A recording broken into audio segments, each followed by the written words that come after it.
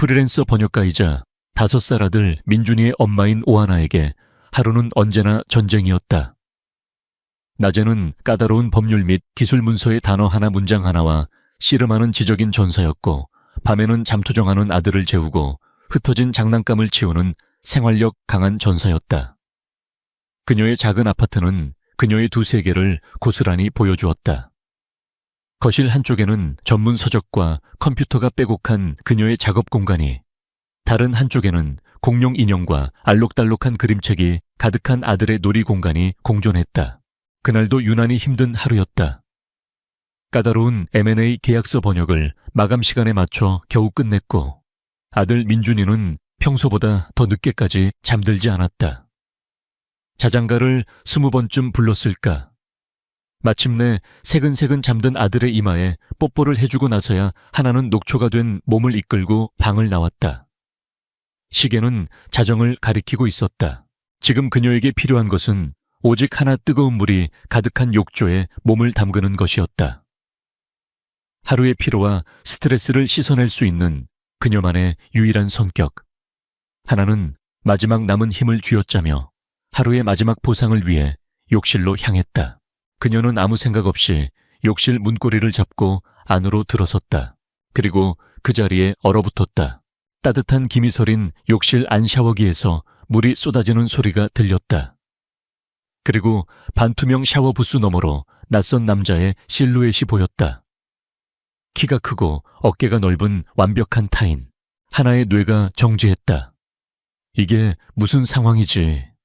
도둑 아니 세상에 이렇게 깨끗하게 몸부터 씻는 도둑이 어디 있단 말인가 귀신. 그녀가 숨을 멈춘 바로 그 순간 샤워부스 안의 남자가 인기척을 느낀 듯 물을 잠갔다.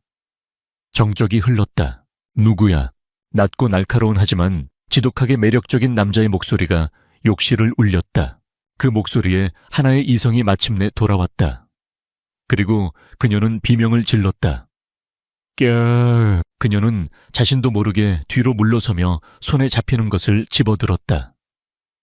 아들 민준이의 목욕 장난감인 노란색 고무오리였다. 그녀는 그 우스꽝스러운 무기를 방어적으로 앞으로 내밀며 소리쳤다. 누구세요? 당장 거기서 안 나와요. 경찰에 신고할 거예요. 잠시 후 샤워부스 문이 조심스럽게 열리고 남자가 모습을 드러냈다. 허리에 하얀 수건 한 장만을 아슬아슬하게 두른 채였다. 물기가 맺힌 탄탄한 가슴 조각 같은 복근, 그리고 이 모든 비현실적인 상황보다 더 비현실적인 그의 얼굴. 하지만 그의 얼굴에는 당황이 아닌 지독한 짜증이 서려 있었다. 남자는 고무 오리를 든 채 벌벌 떨고 있는 하나와 오리 궁둥이가 그려진 아이용 칫솔. 여기저기 흩어진 장난감들로 가득한 비좁은 욕실을 한번 훑어보았다. 그의 미간이 좁혀졌다. 여기가 찰사금 1호가 아니었나 그가 물었다. 그의 목소리는 상황과 어울리지 않게 침착하고 위압적이었다. 여긴 13015예요. 당신 누구냐고요? 두 사람의 황당한 대치는 현관문을 미친 듯이 두드리는 소리에 의해 중단되었다. 하나가 경계심을 풀지 않은 채 뒷걸음질로 현관으로 향했다. 문을 열자 땀을 뻘뻘 흘리는 아파트 관리소장이 서 있었다. 오하나 씨, 정말 죄송합니다. 아이고, 일을 어쩌나. 관리소장은 거의 울기 직전이었다.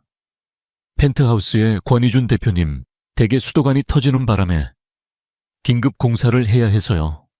그런데 오늘 출장 가신 줄 알고 저희가 착각해서 임시로 사용하시라고 대표님께 여기 마스터키를 드렸습니다. 정말 죄송합니다. 펜트하우스, 권희준 대표, 수도관, 마스터키. 단어들이 하나의 끔찍한 그림으로 맞춰졌다. 하나는 넋이 나간 채 관리소장과 어느새 관리소장이 가져온 비상용 가운을 걸친 채 욕실 문 앞에 서 있는 남자를 번갈아 보았다. 권희준. 얼마 전 이 아파트 펜트하우스로 이사 온 얼굴 한번 본 적 없는 미스터리한 남자. 그리고 국내 최고의 투자기업 넥서스 캐피탈의 냉혈한으로 소문난 바로 그 총수. 그녀는 방금 대한민국 재계를 움직이는 남자의 나체를 목격한 것이다. 그것도 자신의 집, 자신의 욕실에서. 관리소장이 거듭 사과하며 돌아간 후 집안에는 어색하고 무거운 침묵만이 남았다. 권희주는 이제 제법 단정한 가운 차림이었지만 그의 존재감은 하나의 작은 아파트를 가득 채우고도 남았다. 그는 비판적인 시선으로 그녀의 거실을 훑어보았다. 책과 서류, 그리고 아들의 장난감이 어우러진 지극히 현실적인 공간. 그의 완벽주의적인 세상과는 너무나도 다른 풍경이었다. 그가 마침내 입을 열었다. 그의 목소리에는 숨길 수 없는 경멸과 짜증이 섞여 있었다. 이 상황이 해결될 때까지 상당히 불편하겠지만 잠시 신세를 져야겠군. 그것은 양해를 구하는 말이 아니었다. 통보였다. 하나는 너무 지치고 충격적이어서 아무런 대꾸도 할 수 없었다. 그녀는 그저 자신의 성욕을 침범한 이 낯선 남자를 멍하니 바라볼 뿐이었다. 운명의 장난으로 그는 이제 그녀의 원치 않는 이웃이자 불청객이 되었다. 그녀의 평화롭지만 혼란스러운 세계는 그의 차갑고 질서정연한 세계와 정면으로 충돌했다. 그리고 두 사람의 세상은 다시는 예전 같을 수 없을 터였다. 다음 날 아침 오하나는 거의 뜬 눈으로 밤을 새웠다. 그녀의 소파에서 잠을 청한 권희주는 그 공간의 모든 것과 이질적인 존재처럼 보였다. 아침 햇살이 거실을 비추자 장난감 먹다 남은 과자, 크레용 자국이 어지럽게 널린 풍경이 드러났다. 결벽증에 가까운 질서와 통제의 신봉자인 그의 미간이 저절로 찌푸려졌다. 아들 민준이가 잠에서 깨어 소파 위에 낯선 남자를 발견했다. 아이의 눈에는 두려움 대신 순수한 호기심이 가득했다. 엄마, 저 아저씨 누구야? 그 천진난만한 질문이 어색한 아침의 얼음을 깨뜨렸다. 하나와 이준의 첫 번째 제대로 된 대화는 팽팽한 긴장감 속에서 이루어졌다.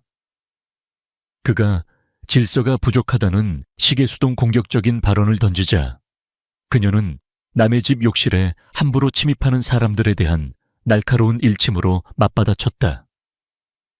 두 사람의 상극인 성격이 명확하게 드러나는 순간이었다. 한편 이준은 자신의 전문적인 세계에서도 위기를 맞고 있었다. 그는 하나가 마지못해 내어준 방 한 구석에 임시 사무실을 차리고 중요한 화상회의에 접속했다. 거대한 독일 기술 기업과의 M&A 계약이 걸린 문제였다. 계약의 성공은 기술 용어와 법적 함정으로 가득한 최종 계약서의 완벽하고 미묘한 뉘앙스를 살린 번역에 달려 있었다. 법무팀은 사내 번역가들로는 역부족이라고 보고했다. 업계 최고가 필요했다. 그들은 전설적인 프리랜서 번역가 오라클을 언급했다. 오라클은 완벽하고 신속한 작업으로 유명했지만 익명으로 활동하며 접촉조차 어렵기로 악명이 높았다. 이준은 그의 비서인 박 비서에게 명령했다. 무세운 수를 써서라도 오라클을 찾아내. 계약금은 부르는 대로 주겠다고 전하게. 바로 그 시각 거실의 다른 한편에서는 오하나가 오라클로서의 삶을 살고 있었다. 그녀는 자신의 작업 공간에 앉아 모니터에 가득한 복잡한 독일어, 법률 문서에 완전히 몰입해 있었다. 그녀가 바로 그 전설의 오라클이었다. 그녀는 자신의 익명 채널을 통해 넥서스 캐피탈 이준의 회사로부터 온 의뢰를 확인했다. 보수는 엄청났고 마감 기한은 살인적이었다. 흥미로운 제안이었지만 대기업과의 작업은 늘 조심스러웠다. 동시에 그녀는 아들 민준이를 돌봐야 했다. 놀아달라고 조르는 아들, 간식이 필요한 아들, 그저 엄마의 포옹이 필요한 아들. 그녀의 삶은 일하는 엄마로서 끊임없이 두 가지 역할을 저글링하는 것의 연속이었다. 이준은 자신의 구석에서 이 모든 혼돈을 못마땅한 표정으로 지켜보았지만 그 모든 것을 능숙하게 처리하는 그녀의 모습에 자신도 모르게 생경한 존중심을 느끼고 있었다. 펜트하우스의 수도관 공사는 예상보다 길어졌다. 그들의 임시적인 상황은 계속 연장되었다. 이준의 소음에 대한 불평과 그의 오만함에 대한 하나의 불만은 매일같이 부딪혔다. 그러던 어느 날 작은 사건이 터졌다. 민준이가 열이 나기 시작한 것이다. 하나는 넥서스 캐피탈에 보낼 제안서를 작업하면서 동시에 아들을 돌보느라 정신이 없었다. 그녀는 지쳐 있었고 완전히 압도당한 상태였다.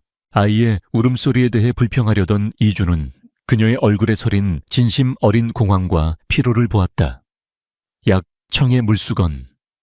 그는 말없이 그녀의 손에서 제안서 서류를 받아 들었다. 그리고 자신의 노트북을 가리키며 말했다. 내가 번역을 할 수 있는 건 아니지만 서식 정리나 오타 확인 정도는 할 수 있어. 아이부터 챙겨. 그것은 그의 얼음장 같은 외면에 생긴 첫 번째 균열이었다. 그날 밤 민준이는 마침내 잠이 들었고 하나는 넥서스 캐피탈에 보낼 제안서의 마지막 부분을 마무리하고 있었다. 그녀는 그들의 제안을 받아들이기로 결정했다. 바로 그 시각 박 비서가 이준의 임시 사무 공간으로 뛰어들어오듯 보고했다. 혹은 전화를 걸었다. 대표님, 드디어 오라클과 연락이 닿았습니다. 계약에 긍정적인 답변을 보내왔습니다. 이준은 안도했다. 잘했어. 계약서에 서명하도록 당장 약속을 잡아. 신원 확인도 확실히 하고. 박 비서가 잠시 머뭇거렸다.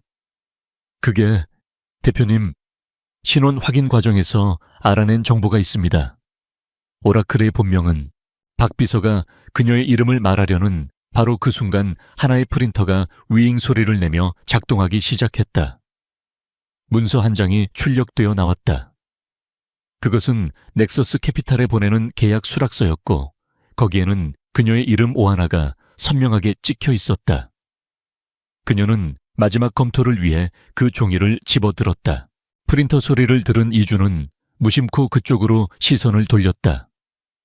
그의 눈이 그녀의 손에 들린 문서에 멎었다. 그는 자신의 회사 이름인 넥서스 캐피탈과 그 아래에 적힌 그녀의 이름 오하나, 그리고 독일 M&A 계약의 프로젝트 코드를 동시에 보았다. 그의 귀에 박 비서의 목소리가 전화기 너머로 들려왔다. 오하나입니다. 대표님, 댁 아래층에 사시는. 이준은 자신이 그토록 혼란스럽고 비전문적인 방해꾼이라고 여겼던 여자를 보며 완전히 넋을 잃었다. 그녀가 바로 그가 필사적으로 찾아 헤매던 전설적인 천재 오라클이었다. 그의 삶을 이루던 두 개의 반쪽 짜증나는 가정의 혼돈과 중대한 직업적 위기, 이 가장 극적인 방식으로 정면 충돌한 순간이었다. 권희준이 자신이 의뢰한 넥서스 캐피탈의 클라이언트라는 충격적인 사실이 밝혀진 후 오하나의 아파트는 세상에서 가장 어색한 공동 사무실로 변모했다. 그 계약 내가 의뢰한 거요. 지훈의 그 한마디에 하나는 할 말을 잃었다. 자신의 삶을 송두리째 흔들어 놓은 오만한 불청객이 바로 그녀의 실력을 알아보고 업계 최고의 다우를 약속한 그 클라이언트라니. 아이러니도 이런 아이러니가 없었다. 두 사람 사이에는 긴장감 넘치는 하지만 어딘가 우스꽝스러운 계약서 서명식이 거실 한복판에서 열렸다. 그는 더원그룹의 총수였고 그녀는 전설의 번역가 오라클이었지만 동시에 그들은 원치 않는 하우스메이트였다. 이 기묘한 상황은 기존의 모든 권력 관계를 뒤죽박죽으로 섞어놓았다. 두 사람의 관계는 새로운 국면을 맞았다. 이준은 더 이상 그녀를 그저 지저분한 이웃으로 대할 수 없었다. 그녀는 그의 가장 큰 거래를 성공시킬 열쇠, 오라클이었다. 하나 역시 그를 오만한 침입자로만 볼 수 없었다. 그는 그녀의 가치를 알아보고 그에 합당한 대가를 지불할 준비가 된 클라이언트였다. 그는 자신의 최고급 보안 장비와 워크스테이션을 그녀의 아파트에 설치했다. 그들의 임시적인 동거는 이제 공식적인 협업 공간이 되었다. 함께 일하면서 두 사람은 서로의 진짜 모습을 목격하기 시작했다. 이준은 그녀의 천재성을 눈앞에서 확인했다. 그의 법무팀이 며칠을 끙끙대던 복잡한 독일어, 독소 조항을 그녀는 단 몇 시간 만에 완벽하게 번역해냈고 심지어 그들이 놓친 법적 허점까지 지적해냈다.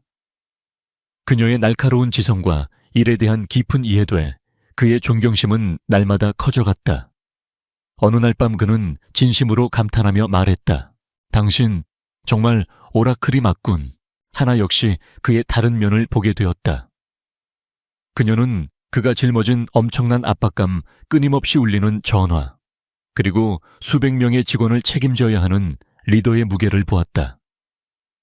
새벽 3시가 넘도록 지친 얼굴로 보고서를 검토하는 그의 모습에서 오만한 CEO의 가면, 뒤에 숨겨진 고독하고 헌신적인 남자를 발견했다. 두 사람의 개인적인 연결고리를 만들어준 것은 아들 민준이었다. 민준이는 무서운 아저씨를 전혀 두려워하지 않았고 종종 아이 특유의 엉뚱함으로 두 사람의 팽팽한 업무 분위기를 깨뜨렸다. 결정적인 사건은 어느 날 오후에 일어났다. 이준이 독일 파트너사와 중요한 화상회의를 하고 있을 때였다. 딱딱한 분위기 속에서 협상이 난항을 겪고 있을 때 엄마의 감시를 피해 나온 민준이가 방 안으로 아장아장 걸어 들어왔다. 그리고는 이준에게 자신이 가장 아끼는 공룡 장난감을 내밀었다. 아저씨, 티라노사우루스, 힘내. 화면 너머 가족 중심적이기로 유명한 독일 측 임원들의 얼굴에 따뜻한 미소가 번졌다. 그들은 아예 천진난만한 모습에 긴장을 풀었고 협상 분위기는 급격히 부드러워졌다. 이준은 처음으로 아이의 방해에 화를 내지 않았다. 그는 장난감을 그리고 민준이를 잠시 바라보더니 그의 입가에 아주 희미하지만 진실된 미소가 떠올랐다. 또 다른 날 하나는 민준이가 먹을 약을 사기 위해 급히 밖으로 나가야 했다. 그녀가 이준에게 아이를 맡겨도 될지 망설이고 있을 때 그가 먼저 무심한 척 말했다. 갔다 와.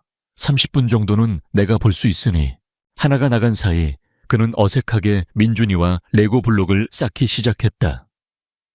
잠시 후 돌아온 하나가 본 것은 차가운 CEO가 거실 바닥에 앉아 레고 블록에 둘러싸인 차에 어쩔 줄 몰라 하면서도 놀라울 만큼 부드러운 눈빛으로 아이를 보고 있는 모습이었다. 그를 둘러싼 얼음벽이 분명히 녹아내리고 있었다. 하지만 그들의 관계가 녹아내리는 동안 외부에서는 새로운 위협이 자라나고 있었다. 이준의 오랜 라이벌인 최 이사는 수도관 파열 공작이 실패로 돌아갔다는 보고를 받았다. 계획이 실패했을 뿐만 아니라 이준이 어떻게든 오라클을 고용해 M&A 계약이 순조롭게 진행되고 있다는 사실에 그는 분노했다. 대체 오라클이 누구야? 내 계획을 망쳐놓은 그 번역가가 누군지 알아내. 그는 이준이 펜트하우스 아래층에 임시로 머물고 있다는 사실에 주목했다. 그는 점들을 연결하기 시작했다. 혹시 그 번역가가 근처에 있는 것은 아닐까? 그의 의심은 그 아파트에 사는 싱글맘에게로 향했다. 그는 그녀를 이준을 공격할 새로운 약점으로 보았다. 그 여자에 대해 샅샅이 뒤져봐. 약점이 될 만한 건 뭐든지 찾아내. 위협은 이제 공식적으로 하나를 향하고 있었다. 다시 하나의 아파트. 또 다른 늦은 밤이었다. 두 사람은 번역의 중요한 한 부분을 막 끝낸 후 조용히 커피를 마시고 있었다. 한결 편안해진 하나가 그에게 개인적인 질문을 던졌다. 대표님은 왜 그렇게까지 이 일에 모든 걸 거시는 거예요? 창밖을 보던 이준이 잠시 경계를 풀었다. 그는 비즈니스적인 답변 대신 진심을 말했다. 아버지께서 돌아가시기 전에 마지막으로 시작하신 일이라서 나한테는 단순한 계약이 아니라 일종의 증명 같은 거요. 그의 예기치 못한 솔직함과 아버지에 대한 마음이 하나의 가슴을 깊이 울렸다. 그녀는 그가 짊어진 무게를 보았다. 그녀는 본능적으로 손을 뻗어 그의 팔 위에 아주 잠깐 위로의 손길을 얹었다. 잘 될 거예요. 그 짧은 접촉이 두 사람 모두에게 전율을 일으켰다. 그들은 어색하게 물러섰고 공기는 갑자기 말로 표현할 수 없는 끌림으로 가득 찼다. 그들의 관계는 돌이킬 수 없이 업무적인 선을 넘어 개인적인 영역으로 들어서고 있었다. 바로 외부의 위험이 그들을 향해 서서히 다가오고 있는 그 순간에 착찬 로이, 데일라, 중사, 제4장, 권희준과 오하나, 그리고 민준. 세 사람이 함께하는 저녁 시간은 어느새 익숙한 풍경이 되어가고 있었다. 이준은 더 이상 거실 바닥에 흩어진 레고 블록에 미간을 찌푸리지 않았다. 오히려 그는 가끔 민준이와 함께 로봇을 조립하며 자신이 잊고 있던 어린 시절의 동심을 발견하곤 했다. 하나는 그의 딱딱한 셔츠 소매를 걷어 올리고 아이와 눈높이를 맞추는 모습에서 냉혈한 CEO가 아닌 따뜻한 남자의 가능성을 보았다. 그들의 어색했던 동거는 이제 위태롭지만 달콤한 유사 가족의 형태를 갖추어 가고 있었다. 하지만 폭풍 전의 고요함은 길지 않았다. 최 이사는 마침내 오하나에 대한 결정적인 정보 한 조각을 손에 넣었다. 그의 정보원이 끈질기게 파헤친 결과 오라클 오하나가 2년 전 지금 넥서스 캐피탈이 인수를 추진 중인 독일의 아헨바흐, H엠박 GmbH 사의 기술 특허 문건 하나를 번역했던 이력을 찾아낸 것이다. 그 자체만으로는 아무것도 아니었다. 프리랜서는 수많은 고객과 일하기 마련이다. 하지만 노련한 음모가인 최 이색에 그것은 우연이 아닌 완벽한 무기였다. 그는 이제 두 사람을 연결하고 동시에 파괴할 수 있는 연결고리를 찾아낸 것이다. M&A 협상은 극비리의 마지막 단계에 접어들고 있었다. 넥서스 캐피탈은 최종 인수 가격과 몇 가지 핵심적인 비밀 조항을 담은 최종 제안서를 보낼 참이었다. 그 내용은 이준과 그의 법무팀 그리고 번역가인 하나를 포함한 극소수의 인원만이 알고 있었다. 최 이사는 자신의 신복인 법무팀의 한 직원을 통해 그 비밀 조항 중 하나, 인수 후 R&D 조직 개편에 관한 민감한 내용을 빼돌렸다. 그리고 그는 그 내용을 언론에 흘리는 대신 훨씬 더 교묘한 방법을 택했다. 익명의 암호화된 채널을 통해 아헨바흐 측 협상팀에 직접 전달한 것이다. 마치 내부의 동정적인 소식통이 주는 팁처럼 보이게 하여 협상에서 아헨바흐가 우위를 점하게 하고 동시에 넥서스 캐피탈 내부에 불신을 심으려는 계략이었다. 결정적으로 그는 디지털 흔적을 조작했다. 그는 자신의 스파이에게 2년 전 하나가 아헨바흐와 일할 때 사용했던 지금은 폐쇄된 공개 이메일 주소로 마치 그녀가 내부 정보를 제공하는 것처럼 꾸민 가짜 이메일 기록을 만들라고 지시했다. 완벽한 증거는 아니었지만 의심의 불씨를 지피기에는 충분했다. 독일 아헨바흐 측의 태도가 갑자기 돌변했다. 그들은 R&D 조직 개편 조항을 정확히 언급하며 해당 조항을 삭제하지 않으면 협상을 중단하겠다고 나왔다. 내부 정보가 유출되었음이 명백했다. 이준은 분노했다. 자신의 극비 프로젝트에 구멍이 뚫린 것이다. 동시에 최 이사는 익명으로 자신에게 충성하는 다른 이색에 정보 유출 사실과 함께 오하나가 과거 아헨바흐와 일했던 경력이 있다는 사실을 알렸다. 조작된 이메일 기록도 함께였다. 긴급 이사회가 소집되었다. 최 이사의 파벌은 증거를 들이밀었다. 첫째, 1급 기밀 정보가 유출되었다. 둘째, 프로젝트의 핵심 번역가인 오하나는 상대 회사와 과거에 일한 경력이 있다. 셋째, 그녀가 그들과 내통한 것으로 보이는 이메일 기록이 존재한다. 그들이 주장하는 바는 명확했다. 권희준 대표가 끌어들인 저 혼란스러운 싱글맘이 바로 산업 스파이라는 것이었다. 이준은 이사회의 거센 압박 속에서 폭풍 같은 분노와 혼란을 안고 하나의 아파트로 돌아왔다. 그는 비난 대신 절박한 설명이 필요하다는 얼굴로 그녀를 마주했다. 그는 정보 유출에 대한 정황과 그녀가 아헨바흐와 일했던 과거에 대한 자료를 내밀었다. 이거 설명해 보시오. 왜 아헨바흐와 일했던 사실을 미리 말하지 않았소?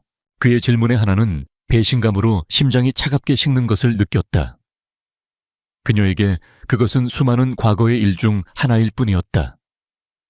그가 그것을 묻고 있다는 사실 자체가 그들 사이에 쌓였던 신뢰에 대한 부정처럼 느껴졌다. 그게 지금 이 상황과 대체 무슨 상관인데요? 그녀의 목소리가 떨렸다. 설마 지금 절 의심하시는 거예요? 그의 망설임이 그녀의 질문에 대한 대답이 되었다. 그는 그녀를 전적으로 믿고 싶었지만 CEO로서 눈앞에 제시된 사실들을 무시할 수 없었다. 이 지독한 우연의 일치를 외면할 수 없었다. 그의 모든 훈련과 경험이 그에게 경계하라고 속삭이고 있었다. 의심하는 게 아니오. 하지만 이 우연의 일치는 그의 그 망설임이 비수가 되어 그녀의 심장에 박혔다. 그들 사이에 피어났던 따뜻함은 순식간에 사라졌다. 유사 가족의 감정은 산산조각 났다. 그녀의 눈에 비친 그는 더 이상 아들과 레고를 조립하던 이준이 아니었다. 자신을 리스크로 보는 넥서스 캐피탈의 총수 권이준이었다. 하나의 눈에는 분노 대신 깊은 실망감과 상처가 가득했다. 그녀는 문을 가리키며 차갑게 말했다. 나가주세요. 늦은 밤과 공룡 장난감 위로 위태롭게 쌓아 올렸던 신뢰의 다리가 무너져 내렸다. 그들은 이제 의심이라는 깊은 협곡을 사이에 두고 서로의 반대편에 서게 되었다. 그리고 그 어둠 속에서 최 이사는 자신의 계획이 완벽하게 성공했음을 직감하며 미소 짓고 있었다. 오하나의 아파트에 세워진 얼음벽은 좀처럼 녹을 기미를 보이지 않았다. 두 사람은 이제 업무적으로 필요한 최소한의 말만 나누었다. 따뜻함은 사라졌고 한때 그들의 공간을 채웠던 미묘한 설렘은 이제 의심의 냉기로 대체되었다. 하나는 깊은 상처를 받았지만 주저앉지 않았다. 그녀는 자신의 결백을 증명하기 위해 밤낮으로 일에 매달렸다. 번역 작업을 계속하면서도 그녀는 조용히 자신만의 조사를 시작했다. 과거의 이메일 기록과 프로젝트 파일들을 샅샅이 뒤지며 자신의 과거가 어떻게 자신을 공격하는 무기가 될 수 있었는지를 파헤쳤다. 이준은 그런 그녀를 보며 고통에 휩싸였다. 그는 그녀의 지친 얼굴과 좌절감을 볼 때마다 심장이 아팠다. CEO로서의 의무감과 그녀를 향한 개인적인 감정 사이에서 그는 갈기갈기 찢기고 있었다. 그는 박 비서에게 정보 유출 경로에 대해 앞뒤가 맞지 않는 부분을 찾아내라고 비밀리에 지시했다. 최 이사는 단순한 의심만으로는 권희준을 무너뜨릴 수 없다는 것을 깨달았다. 그는 결정적인 한방, 스모킹건이 필요했다. M&A 최종 계약 서명식이 3일 앞으로 다가오자 그는 마지막 덫을 놓았다. 그는 불법적인 경로를 통해 하나의 개인 은행 계좌 거래 내역을 입수했다. 그리고 아헨바흐사의 모 회사와 희미하게 연결된 해외 유령 회사를 통해 그녀의 계좌로 거액의 돈을 입금했다. 출처를 추적할 수 없는 검은 돈이었다. 그리고 그는 마지막 증거를 조작했다. 바로 통화 녹음 파일이었다. 그는 하나의 목소리를 흉내낼 수 있는 전문 성우를 고용했다. 녹음 파일은 최종 서류의 대가로 입금에 대해 논의하는 것처럼 들리도록 앞뒤 문맥을 자르고 악의적으로 편집되었다. 음질은 의심을 피하기 위해 의도적으로 약간 불량하게 만들어졌다.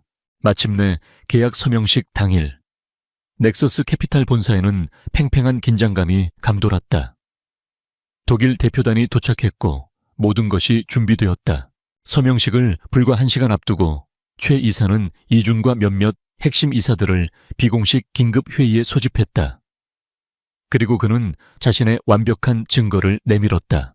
거액의 정체불명, 자금이 입금된 하나의 은행 거래 내역서, 그녀가 대가에 대해 논의하는 통화 녹음 파일. 이것은 더 이상 의심이 아니라 팩트입니다. 최 이사가 선언했다. 오하나는 스파입니다. 그녀는 돈을 받았습니다. 만약 대표께서 이 계약서에 서명한다면 그것은 명백한 업무상 배임이자 회사를 배신하는 행위입니다. 이사들은 이준에게 최후 통첩을 날렸다. 그녀를 즉시 해고하고 내부 보안 문제를 이유로 계약식을 공개적으로 취소하며 그녀를 상대로 소송을 제기하라는 것이었다. 만약 거부한다면 대표이사 해임안을 즉시 발의하겠다고 했다. 이준은 집무실에 홀로 남았다. 그의 모든 것이 위기에 처했다. 그의 경력, 아버지가 남긴 유산, 그리고 한 여자에 대한 그의 믿음. 그는 녹음 파일을 들었다. 목소리는 그녀와 너무나 흡사했다. 은행 거래 내역은 흑백의 명백한 사실이었다. 모든 논리적인 증거가 그녀가 자신을 배신했다고 소리치고 있었다. 그는 눈을 감았다. 증거가 아닌 그녀를 생각했다. 아들을 바라보던 그녀의 눈빛, 열정으로 빛나던 눈으로 복잡한 계약서를 번역하던 그녀의 모습, 자신의 팔에 위로를 건네던 그녀의 따뜻한 손길, 공룡 장난감을 건네던 민준이의 해맑은 얼굴. 그는 깨달았다. 녹음 파일 속에 그 여자 돈을 위해 비밀을 파는 그 여자는 그가 알아가고 사랑하게 된 오하나가 아니라는 것을. 그것은 그녀라는 사람의 본질과 정면으로 부딪히는 모순이었다. 그는 선택해야만 했다. 논리와 공포에 호소하는 조작된 증거를 믿을 것인가? 아니면 순수한 믿음으로 자신이 사랑하게 된 사람 그 자체를 믿을 것인가? 이주는 자리에서 일어섰다. 그의 얼굴은 단호한 결심으로 굳어 있었다. 그는 집무실을 나와 불안하게 기다리는 이사들을 지나쳐 서명식이 열릴 메인 컨퍼런스 룸으로 향했다. 최 이사와 다른 이사들은 그가 계약을 취소하러 가는 것이라고 생각하며 그의 뒤를 따랐다. 이주는 연단으로 걸어나갔다. 그는 독일 대표단, 언론, 그리고 자신의 이사들을 차례로 둘러보았다. 그는 하나에 대해, 비난에 대해 한마디도 하지 않았다. 그는 그저 말했다. 그럼 시작하겠습니다. 그리고 계약서에 서명하기 위해 펜을 들었다. 최 이사가 경악하며 소리쳤다. 권희준 대표, 지금 제정신인가? 저 배신자와 함께 회사를 나락으로 떨어뜨릴 셈인가? 이주는 서류 위에 펜을 든 채 잠시 멈췄다. 그는 최 이사를 똑바로 바라보았다. 그의 눈은 얼음처럼 차가웠다. 나는 내 사람을 믿습니다. 그것은 짧은 문장이었지만 전쟁의 시작을 알리는 선언이었다. 그는 공개적으로 이사회를 거역하고 자신의 모든 것을 그녀의 결백에 걸고 있었다. 바로 그 순간 아파트에서 미친 듯이 일하던 하나의 눈에 무언가 들어왔다. 유출된 문서의 메타데이터. 파일이 그녀의 컴퓨터를 떠난 이후에 수정되었음을 증명하는 아주 작은 디지털 흔적. 그녀는 박 비서에게 메시지를 보냈다. 찾았어요. 함정이에요. 이준의 페니 계약서를 향해 움직였다. 믿음의 배팅이었다. 그리고 회의실 밖에서는 거대한 음모를 풀어낼 첫 번째 실마리가 막 발견되고 있었다. 그는 자신의 선택을 내렸고 이제 진정한 방역이 시작될 참이었다. 나는 내 사람을 믿습니다. 권희준의 그 한마디는 M&A 계약 서명식에 모인 모든 이들의 뇌리에 깊이 박혔다. 최 이사는 분노로 얼굴이 붉어졌지만 독일 대표단과 수많은 언론의 카메라 앞에서 그를 물리적으로 막을 수는 없었다. 이주는 흔들림 없는 손으로 계약서에 서명했다.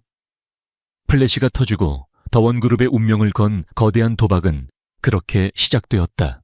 서명식이 끝나자마자 이주는 이사회의 분노, 어린 시선을 뒤로 한 채 박 비서와 함께 조용히 자리를 떴다. 그는 이사회와 싸우러 가는 대신 하나의 아파트로 향했다. 그는 그녀에게 모든 것을 걸었다. 이제는 함께 전쟁에서 이겨야 했다. 그는 최 이사가 자신을 압박하기 위해 사용했던 위조된 은행 거래 내역과 녹음 파일을 그녀에게 보여주었다. 그 증거들을 본 하나는 경악했지만 동시에 그 모든 것을 무시하고 자신을 믿어준 그에게 깊은 감동을 받았다. 두 사람 사이에 존재했던 마지막 벽이 허물어졌다. 이제 그들은 진정한 의미의 팀이었다. 이건 시작일 뿐이에요. 하나가 결연한 목소리로 말했다. 그녀는 자신이 발견한 메타데이터 기록을 그에게 보여주었다. 파일이 제 컴퓨터를 떠난 후에 변조되었다는 증거예요. 내부에 범인이 있어요. 그들의 방역이 시작되었다. 목표는 넥서스 캐피탈 내부에 숨어 파일을 변조하고 최 이사에게 정보를 넘긴 두더지를 찾아내는 것이었다. 이번에는 그녀가 공격수였다. 하나는 자신의 언어학적, 분석적 능력을 총동원했다. 그녀는 처음 유출되었던 R&D 조직 개편 조항을 다시 검토했다. 그리고 미세하지만 결정적인 오류를 발견했다.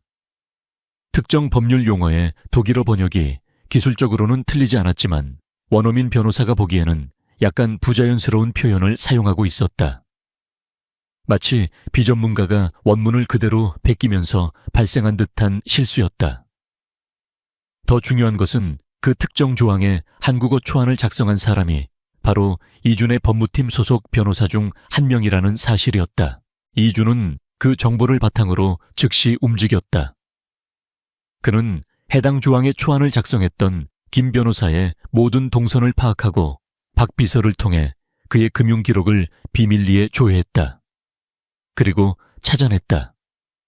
최 이사가 소유한 유령 회사로부터 김 변호사에게 거액의 자금이 흘러들어간 흔적을, 내부의 배신자를 특정했다. 하지만 그들은 섣불리 움직이지 않았다. 부인할 수 없는 완벽한 증거로 그들을 한 번에 잡아야 했다. M&A 계약의 마지막 단계는 양사의 최고 경영진에게만 공유되는 극비 통합청사진을 전달하는 것이었다. 이것은 완벽한 미끼가 될 터였다. 하나와 이주는 밤을 새워가며 가짜 통합청사진을 만들었다. 그 안에는 넥서스 캐피탈이 아헨바흐의 독일 본사 R&D 시설을 폐쇄하고 한국으로 이전할 계획이라는 독일 측을 격분시킬 만한 거짓 정보가 담겨 있었다. 그리고 그들은 그 가짜 파일 안에 파일이 열리는 즉시 위치와 IP 주소를 전송하는 디지털 추적 장치 비컨을 심어 놓았다. 이주는 이 가짜 청사진을 내부 배신자인 김 변호사를 포함한 핵심 팀에게만 극비 문서라며 공유했다. 예상대로 김 변호사는 즉시 이 가짜 청사진을 최 이사에게 전달했다. 이 폭발적인 정보를 손에 쥔 최 이사는 자신이 마침내 이준을 파멸시킬 무기를 얻었다고 확신했다. 그는 이준의 무모한 경영을 폭로하기 위해 그 문서를 언론과 아헨바흐의 CEO에게 직접 유출했다. 아헨바흐의 CEO가 파일을 여는 순간 하나의 아파트에 있던 워룸의 모니터에 경고등이 켜졌다. 비컨이 작동한 것이다. 그들은 최 이사가 직접 기밀 문서를 유출했다는 사실을 증명하는 타임스탬프가 찍힌 디지털 기록을 확보했다. 이주는 공식적인 이사회를 소집했다. 그는 중대한 보안 유출 사태를 논의한다는 명목으로 아헨바흐의 CEO와 법무팀도 화상으로 회의에 초청했다. 최 이사는 자신이 이겼다고 확신하며 회의실로 들어섰다. 그는 이준의 무능함을 증명할 통합청사진을 손에 들고 있었다. 그는 이 자리에서 이준을 해임시키고 모든 것을 차지할 생각이었다. 회의가 시작되자 최 이사는 극적인 연기를 펼치며 이준이 아헨바흐를 파괴할 끔찍한 계획을 세웠다고 비난했다. 그는 가짜 청사진을 증거로 제시하며 외쳤다. 이 남자는 거짓말쟁이이며 우리의 새로운 파트너십을 망치고 있습니다. 이준은 조용히 그의 말을 들었다. 최 이사의 연설이 끝나자 그는 화상회의 화면 속 아헨바흐의 CEO를 향해 말했다. 슈미트 대표님, 이 문서를 최 이사님께 직접 받으신 것이 맞습니까? 독일인 CEO가 고개를 끄덕였다. 이준은 차갑게 미소 지었다. 그거 참 잘 됐군요. 왜냐하면 그 문서는 내부의 반역자를 색출하기 위한 목적으로 만들어진 완전한 가짜이기 때문입니다. 그는 메인 스크린에 자신의 방역 증거들을 띄웠다. 첫째, 내부 유출의 증거가 된 하나의 분석 자료. 둘째, 김 변호사와 최 이사를 잇는 금융 거래 내역. 셋째, 가짜 청사진 파일이 김 변호사에게서 최 이사에게로 그리고 최 이사에게서 아헨바흐 CEO에게로 이동한 경로를 보여주는 비컨의 추적 기록. 그것은 완벽한 체크메이트였다. 최 이사의 얼굴이 잿빛으로 변했다. 그는 자신이 판 함정에 스스로 빠졌으며 이사회와 새로운 해외 파트너 앞에서 자신의 배신 행위를 직접 증명했다는 사실을 깨달았다. 이준은 이 모든 조사 과정의 핵심에 있었던 하나와 나란히 섰다. 그는 패배한 최 이사를 내려다보며 말했다. 당신이 말하던 그 배신자가 누구인지 이제 여기 있는 모두가 알게 된 것 같군요, 최 이사.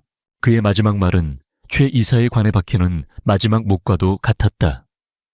전쟁은 마침내 끝이 났다. 최 이사와 그의 공범자들이 보안 요원들에게 끌려나가자 회의실에는 정적이 흘렀다. 모든 것이 끝났다. 아헨바흐의 독일인 CEO는 권위준의 단호하고 윤리적인 위기 처리 능력에 깊은 감명을 받았으며 두 회사의 파트너십은 이전보다 더욱 굳건해졌다고 선언했다. M&A 계약은 완벽한 승리 속에서 마무리되었다. 그날 밤 모든 소동이 끝난 후 다시 하나의 아파트로 돌아온 두 사람 사이에는 안도감과 탈진, 그리고 말로 표현할 수 없는 강한 유대감이 흐르고 있었다. 원치 않던 동거로 시작된 그들의 관계는 이제 생사를 함께한 전우애와 같은 끈끈함으로 변해 있었다. 며칠 후 펜트하우스의 수도관 공사가 마침내 끝났다. 권희준이 자신의 집으로 돌아가야 할 시간이 온 것이다. 그들의 관계를 새롭게 정의해야만 하는 전환의 순간이었다. 그가 자신의 몇 안 되는 짐을 챙기는 모습은 어딘가 서글펐다. 그새 무서운 아저씨에게 정기든 민준이가 그의 옷자락을 붙잡고 물었다. 아저씨, 이제 안 와요. 그 천진난만한 질문이 어른 두 사람의 마음을 무겁게 짓눌렀다. 자신의 넓고 화려하지만 살균처리라도 한 듯 차가운 펜트하우스로 돌아온 첫날 밤 이주는 지독한 공허함을 느꼈다. 완벽한 질서와 고요함 속에서 그는 아래층에 그 따뜻한 혼돈을 그리워하고 있는 자신을 발견했다. 민준이의 웃음소리 하나의 커피향, 뒤죽박죽 섞인 책과 장난감들. 그의 완벽하게 통제된 세상은 이제 텅 빈 감옥처럼 느껴졌다. 그는 자꾸만 핑계를 만들어 아래층으로 내려갔다. 소금이 떨어져서 혹은 계약서에 대해 추가로 확인할 것이 있어서. 그 핑계들이 얼마나 어설픈지는 두 사람 모두 알고 있었다. 어느 날 저녁 그는 매우 중요한 서류를 들고 그녀의 집을 찾았다. 물론 그것도 핑계였다.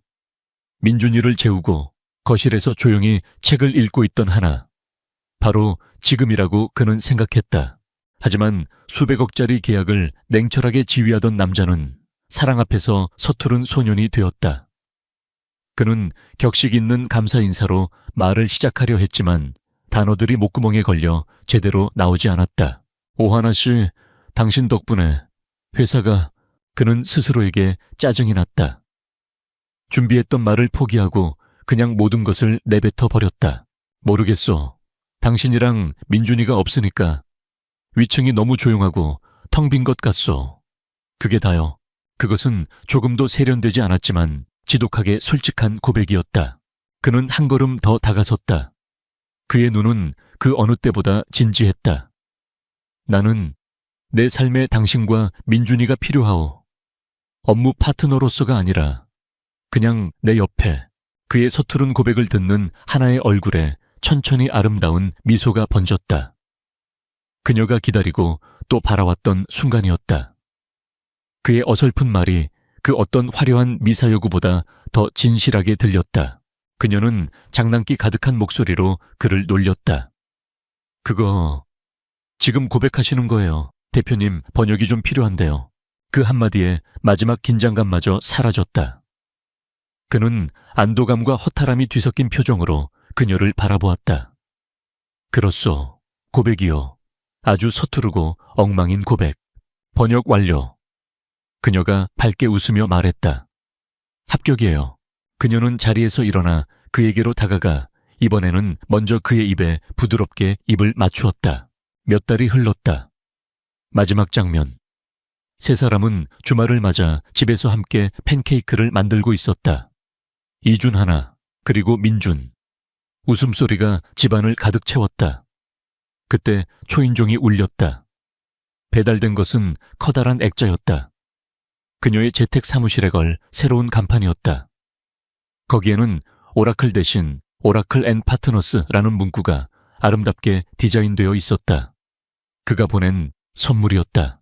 액자를 바라보는 그녀의 뒤로 다가온 이준이 그녀의 허리를 감싸 안았다. 민준이가 달려와 두 사람의 다리를 껴안았다. 카메라는 그들의 행복하게 얽힌 손을, 그리고 서로를 바라보는 사랑, 가득한 얼굴을 비춘다. 그들은 더 이상 이웃이나 동료가 아니었다.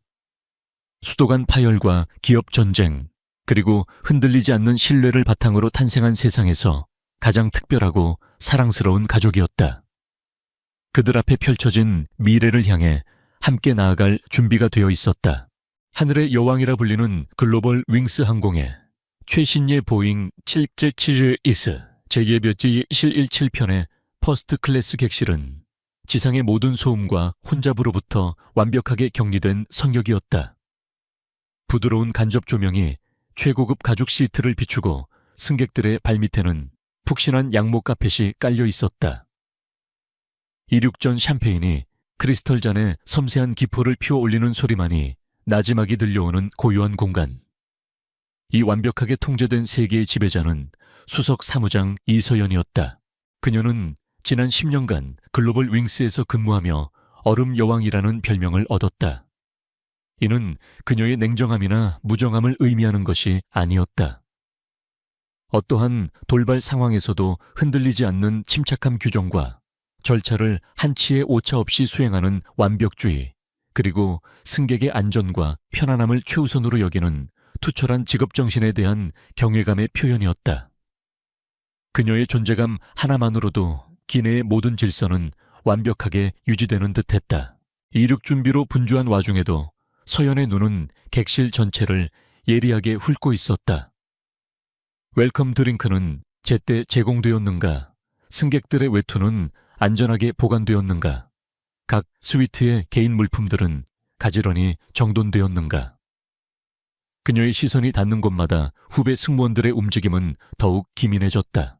김 사무장님, 3회 좌석에 최 회장님께서 까다로운 분이시니 특별히 신경 써 주십시오. 한 후배 승무원이 작은 목소리로 속삭였다. 서연은 가볍게 고개를 끄덕이며 3A 좌석을 향해 시선을 돌렸다. 중년의 남성은 명품 시계를 찬 손목을 과시하듯 꼬고 앉아 마치 자신이 이 비행기의 주인이라도 되는 양거만한 표정으로 잡지를 넘기고 있었다. 서연은 속으로 한숨을 쉬었다. 저런 유형의 승객은 그녀에게 익숙하다 못해 지겨울 정도였다. 자신의 지위와 부를 과시하며 규정 이상의 서비스를 요구하고 사소한 것 하나에도 불평을 쏟아내는 사람들. 하지만 그들 또한 글로벌 윙스의 소중한 고객이었다. 서연의 임무는 그의 심기를 거스르지 않으면서도 다른 모든 승객들에게 공평하고 질 높은 서비스를 제공하는 것이었다. 바로 그때였다. 퍼스트 클래스 입구에서 작은 소란이 일었다. 할머님 잠시만요. 이쪽은 퍼스트 클래스.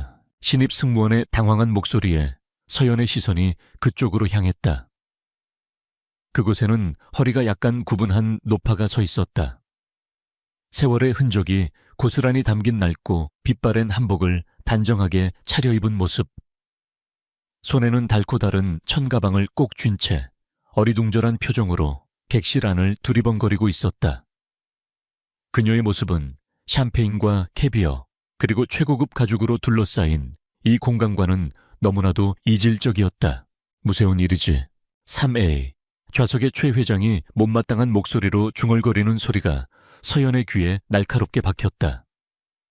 그의 미간에는 깊은 주름이 잡혀 있었고 노파를 향한 시선에는 노골적인 경멸감이 서려 있었다. 아니 요즘은 아무나 퍼스트 클래스에 들어오나 항공사 수준이 이것밖에 안 돼. 최 회장의 목소리는 크지 않았지만 고요한 객실 안에서는 충분히 울려 퍼졌다. 다른 승객들의 시선도 일제히 입구 쪽으로 쏠렸다. 신입 승무원은 어쩔 줄 몰라 얼굴이 하얗게 질려 있었다.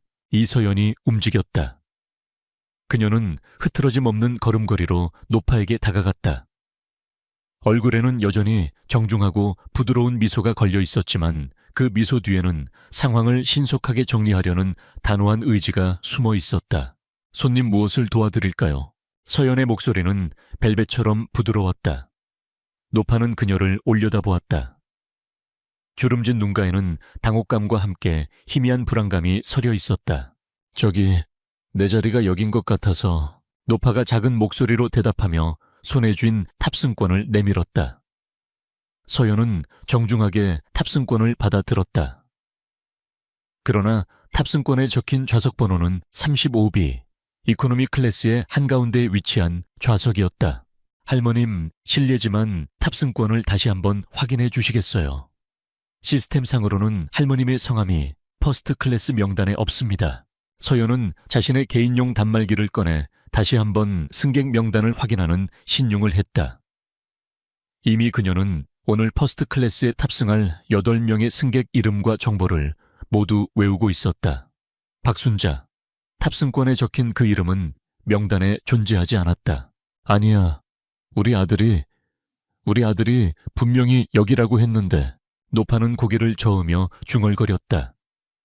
그녀의 목소리에는 거짓말을 하는 사람의 불안함이 아니라 진심으로 혼란스러워하는 기색이 역력했다.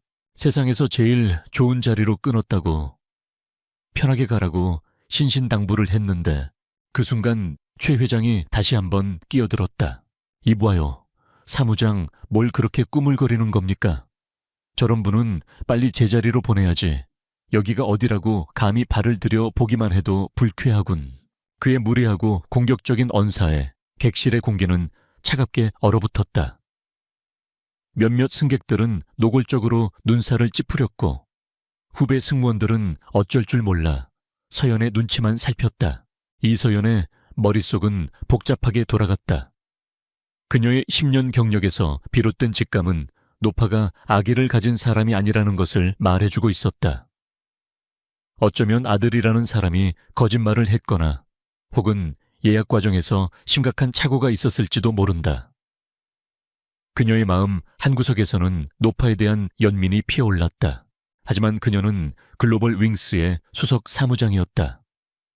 그녀의 첫 번째 의무는 규정을 준수하고 기내의 질서를 유지하며 다른 승객들, 특히 막대한 비용을 지불한 퍼스트 클래스 승객들의 편안함을 보장하는 것이었다. 최 회장의 불만은 이미 임계점을 향해 치닫고 있었고 이 소란이 길어질수록 항공사의 평판에 흠집이 갈 것은 자명했다. 감정에 치우쳐 원칙을 어기는 것은 그녀의 직업윤리가 허락하지 않았다. 결정을 내려야만 했다. 서연은 깊게 숨을 들이마신 뒤 다시 한번 노파를 향해 몸을 돌렸다. 그녀의 얼굴에서는 이전보다 더 깊은 정중함이 묻어났지만 목소리는 단호했다. 할머님, 정말 죄송합니다. 하지만 저희 시스템과 규정상으로는 할머님을 이 좌석으로 안내해 드릴 수가 없습니다. 아마 아드님과 소통에 착오가 있으셨던 것 같습니다. 제가 할머님의 원래 좌석인 35B로 편안하게 모셔다 드리겠습니다. 그곳에서도 불편함 없으시도록 최선을 다해 돌봐드리겠습니다. 그녀는 원래 좌석이라는 단어에 힘을 주어 말했다. 그것은 더 이상의 논쟁을 허용하지 않겠다는 부드럽지만 확고한 선언이었다. 노파의 어깨가 힘없이 축 처졌다. 그녀의 눈에 잠시 스쳐 지나간 실망감과 상처를 서연은 놓치지 않았다. 그러나 노파는 더 이상 아무 말도 하지 않았다. 그저 말없이 고개를 끄덕일 뿐이었다. 그 체념한 듯. 단, 모습 속에서도 쉽사리 무너지지 않는 어떤 존엄성이 느껴져 서연의 마음을 더욱 무겁게 짓눌렀다. 이쪽으로 오시지요. 서연은 노파의 팔을 가볍게 부축하며 몸을 돌렸다. 최 회장은 만족스러운 듯 흥하는 콧방귀를 뀌며 다시 잡지로 눈을 돌렸다. 승객들의 시선이 그들의 뒤를 따랐다. 퍼스트 클래스의 호화로운 복도를 지나 비즈니스 클래스의 널찍한 좌석들을 거쳐 마침내 수많은 좌석들이 빽빽하게 들어찬 이코노미 클래스로 향하는 그 짧은 길은 마치 가시밭길처럼 느껴졌다. 서연은 노파를 35B 좌석에 앉혔다. 창가도 복도 쪽도 아닌 불편한 중간 좌석이었다. 그녀는 묵묵히 노파의 낡은 천가방을 머리 위 짐칸에 넣어주고 담요와 베개를 가져다 주었다. 필요한 것 있으시면 언제든지 저를 불러주십시오. 고마워요, 아가씨. 노파는 작은 목소리로 감사 인사를 건넸다. 그 목소리에는 원망의 기색이 전혀 담겨 있지 않았다. 오히려 자신 때문에 소란을 일으킨 것에 대한 미안함마저 느껴지는 듯 했다. 그 순수한 반응이 서연의 가슴을 더욱 날카롭게 찔렀다. 자신의 자리로 돌아온 서연은 흐트러진 표정을 감추고 다시 완벽한 수석 사무장의 얼굴로 돌아왔다. 이륙 준비를 지시하고 안전벨트 착용 여부를 최종 확인했다. 비행기는 서서히 활주로를 향해 움직이기 시작했고 이윽고 강력한 추진력과 함께 밤하늘로 솟아올랐다. 모든 것이 정상으로 돌아온 듯 했다. 최 회장은 만족스러운 표정으로 최고급 와인을 음미하고 있었고 다른 승객들도 각자의 휴식을 즐기고 있었다. 하지만 서연의 마음속에는 작은 파문이 가라앉지 않고 있었다. 규정을 지켰고 최선의 판단을 내렸다고 스스로를 다독였지만 뇌리에서 박순자 할머니의 슬픈 눈빛과 체념한 듯한 표정이 떠나지 않았다. 우리 아들이 세상에서 제일 좋은 자리라고 했는데 그 말이 메아리처럼 귓가에 맴돌았다. 과연 단순한 착오였을까 아니면 그 말 속에 자신이 미처 파악하지 못한 다른 진실이 숨어 있었던 걸까? 10년간의 비행 동안 단 한 번도 느껴보지 못했던 찝찝하고 불길한 예감이 그녀의 마음을 무겁게 짓누르기 시작했다. 거대한 동체를 이끌고 뉴욕으로 향하는 비행기 안에서 이서연은 자신도 모르게 거대한 폭풍의 눈으로 걸어 들어가고 있었다. 14시간의 비행은 끝났다. 거대한 보잉 GX의 바퀴가 뉴욕 JFK 국제공항의 활주로에 부드럽게 내려앉는 순간 이서연은 길고 긴 긴장의 끈을 놓으며 짧은 안도의 한숨을 내쉬었다. 비행은 순조로웠다. 박순자 할머니를 이코노미석으로 안내한 이후 퍼스트 클래스는 다시 평온을 되찾았고 최 회장 역시 더 이상의 불평 없이 만족스러운 모습으로 서비스를 즐겼다. 서연은 비행 내내 이코노미석을 몇 번이나 둘러보며 할머니의 상태를 살폈다. 할머니는 그저 창밖의 구름을 말없이 바라보거나 옅은 미소를 지으며 승무원들이 건네는 음료를 받을 뿐 어떤 불편한 기색도 내비치지 않았다. 그 평온한 모습이 오히려 서연의 마음을 더 무겁게 만들었다. 착륙 후 승객들이 하나둘 비행기를 빠져나갔다. 서연은 출입구에 서서 한 명 한 명에게 허리를 굽히며 정중한 작별 인사를 건넸다. 안녕히 가십시오, 손님. 글로벌 윙스를 이용해 주셔서 감사합니다. 그녀의 목소리와 미소에는 한치의 흐트러짐도 없었다. 최 회장은 곁을 지나가며 만족스러운 듯 가볍게 고개를 끄덕여 보였다. 서연은 그를 향해서도 똑같은 미소로 응대했다. 그녀의 시선은 이코노미석에서 나오는 승객들 사이에서 무의식적으로 박순자 할머니를 찾고 있었다. 마지막으로 안부를 묻고 혹시라도 마중 나올 아들을 만나지 못할 경우를 대비해 도움이 필요한지 확인하고 싶었다. 하지만 수많은 인파 속에서 할머니의 작은 체구는 보이지 않았다. 아마 먼저 내렸으리라 그녀는 애써 생각하며 아쉬움을 삼켰다. 이틀 후 인천으로 돌아온 서연을 기다리고 있던 것은 격려나 휴식이 아니었다. 그녀가 승무원 브리핑룸에 들어서자마자 후배 한 명이 불안한 얼굴로 다가와 속삭였다. 선배님, 김민준 부장님께서 찾으십니다. 표정이 별로 안 좋으세요. 심장이 쿵 하고 내려앉는 기분이었다. 김민준 부장. 그는 글로벌 윙스의 고객 서비스 부서를 총괄하는 인물로 실적과 효율성, 그리고 VIP 고객 관리를 최우선으로 여기는 전형적인 회사 인간이었다. 그에게 규정이란 고객, 특히 거물급 고객을 만족시키기 위한 도구에 불과했다. 서연은 마른 침을 삼키고 부장실 문을 두드렸다.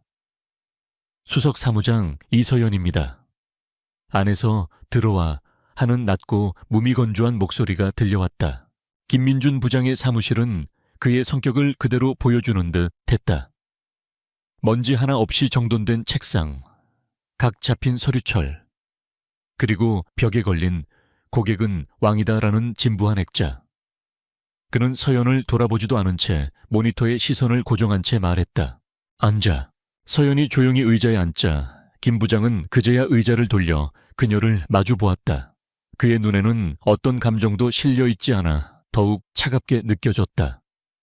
그는 태블릿 PC를 들어 서연에게 화면을 돌려 보였다. 화면에는 VIP 고객 불만 접수라는 붉은색 머리 글자와 함께 장문의 글이 떠 있었다. 최 회장이 보낸 공식 항의서였다. 서연은 천천히 글을 읽어 내려갔다. 내용은 가관이었다. 퍼스트 클래스의 신성한 분위기를 해치는 부적절한 인물의 출입, 사무장의 미숙하고 경직된 대처로 인한 극심한 정신적 스트레스, 글로벌 윙스의 명성에 먹칠을 한 서비스 품질 저하. 모든 사실은 교묘하게 왜곡되고 과장되어 있었다. 최 회장은 자신을 질서 유지를 위해 노력한 선량한 승객으로, 그리고 서연을 상황 판단 능력이 부족하고 고집불통인 직원으로 묘사했다. 이게 어떻게 된 일인지 설명해보지, 이 사무장. 김 부장의 목소리는 여전히 평탄했지만 그 안에는 날카로운 압박감이 담겨 있었다. 서연은 침착하게 입을 열었다. 그녀는 감정을 배제하고 있었던 사실을 객관적으로 보고했다. 박순자라는 승객이 퍼스트 클래스 좌석을 주장했지만 공식 탑승 명단과 시스템상으로는 확인되지 않았으며 규정과 절차에 따라 해당 승객을 본인의 좌석으로 안내했다고. 또한 최 회장의 불만이 과도하여 다른 승객들에게 불편을 줄 수 있는 상황이었기에 신속한 조치가 필요했다고 덧붙였다. 하지만 김 부장은 그녀의 말을 중간에 잘랐다. 규정 절차, 이서연 사무장, 당신은 10년차 베테랑 아니었나? 그가 코웃음을 쳤다. 진정한 프로는 언제 규정을 따라야 하고 언제 융통성을 발휘해야 하는지 아는 사람이야. 최 회장님이 어떤 분인지 몰라. 그분이 우리 회사에 얼마나 중요한 고객인지 몰라서 그런 식으로 일을 처리했나. 사소한 일 하나로 우리는 거대한 기업 고객을 잃을 수도 있게 됐어. 부장님, 하지만 당시 상황에서는 상황 판단을 제대로 못한 건 당신이야 노인 한 명 잠시 다른 빈자리에 앉혀드리고 나중에 조용히 해결할 수도 있었던 문제야.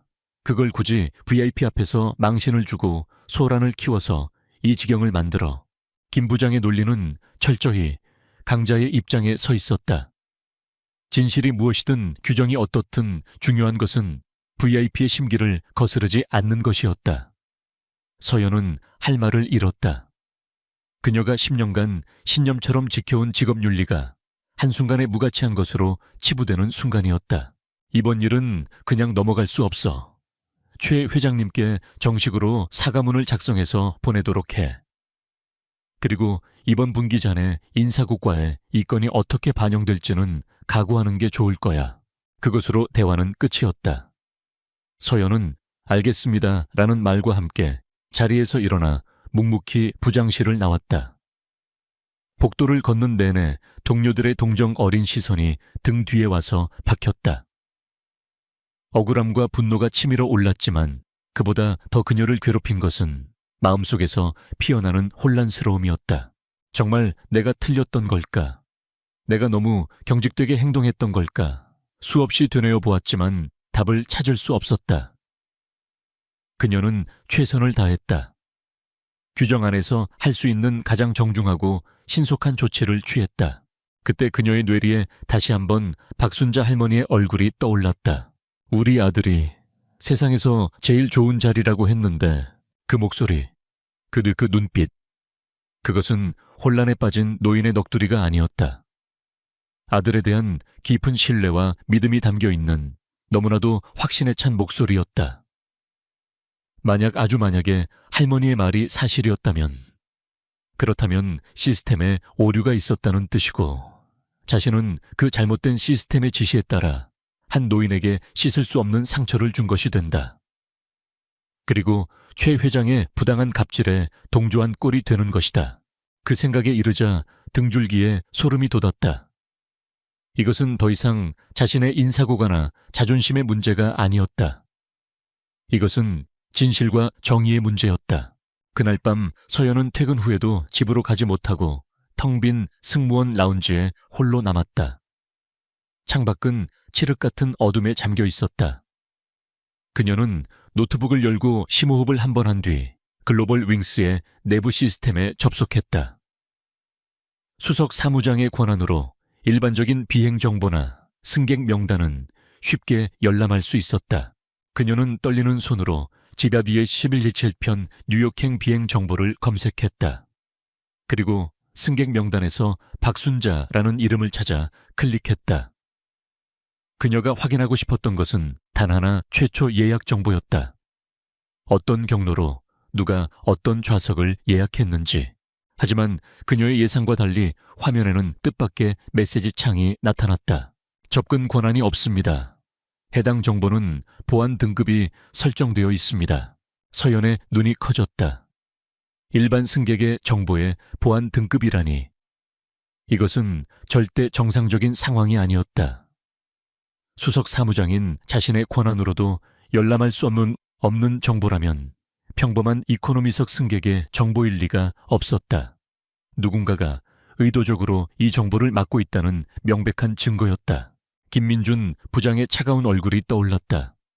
최 회장의 거만한 미소도 스쳐 지나갔다. 그들은 무엇을 감추고 있는 것일까? 처음에는 작은 씨앗에 불과했던 의심이 이제 거대한 뿌리를 내리며 서연의 마음 전체를 뒤흔들기 시작했다. 이것은 단순한 실수나 착오가 아니었다.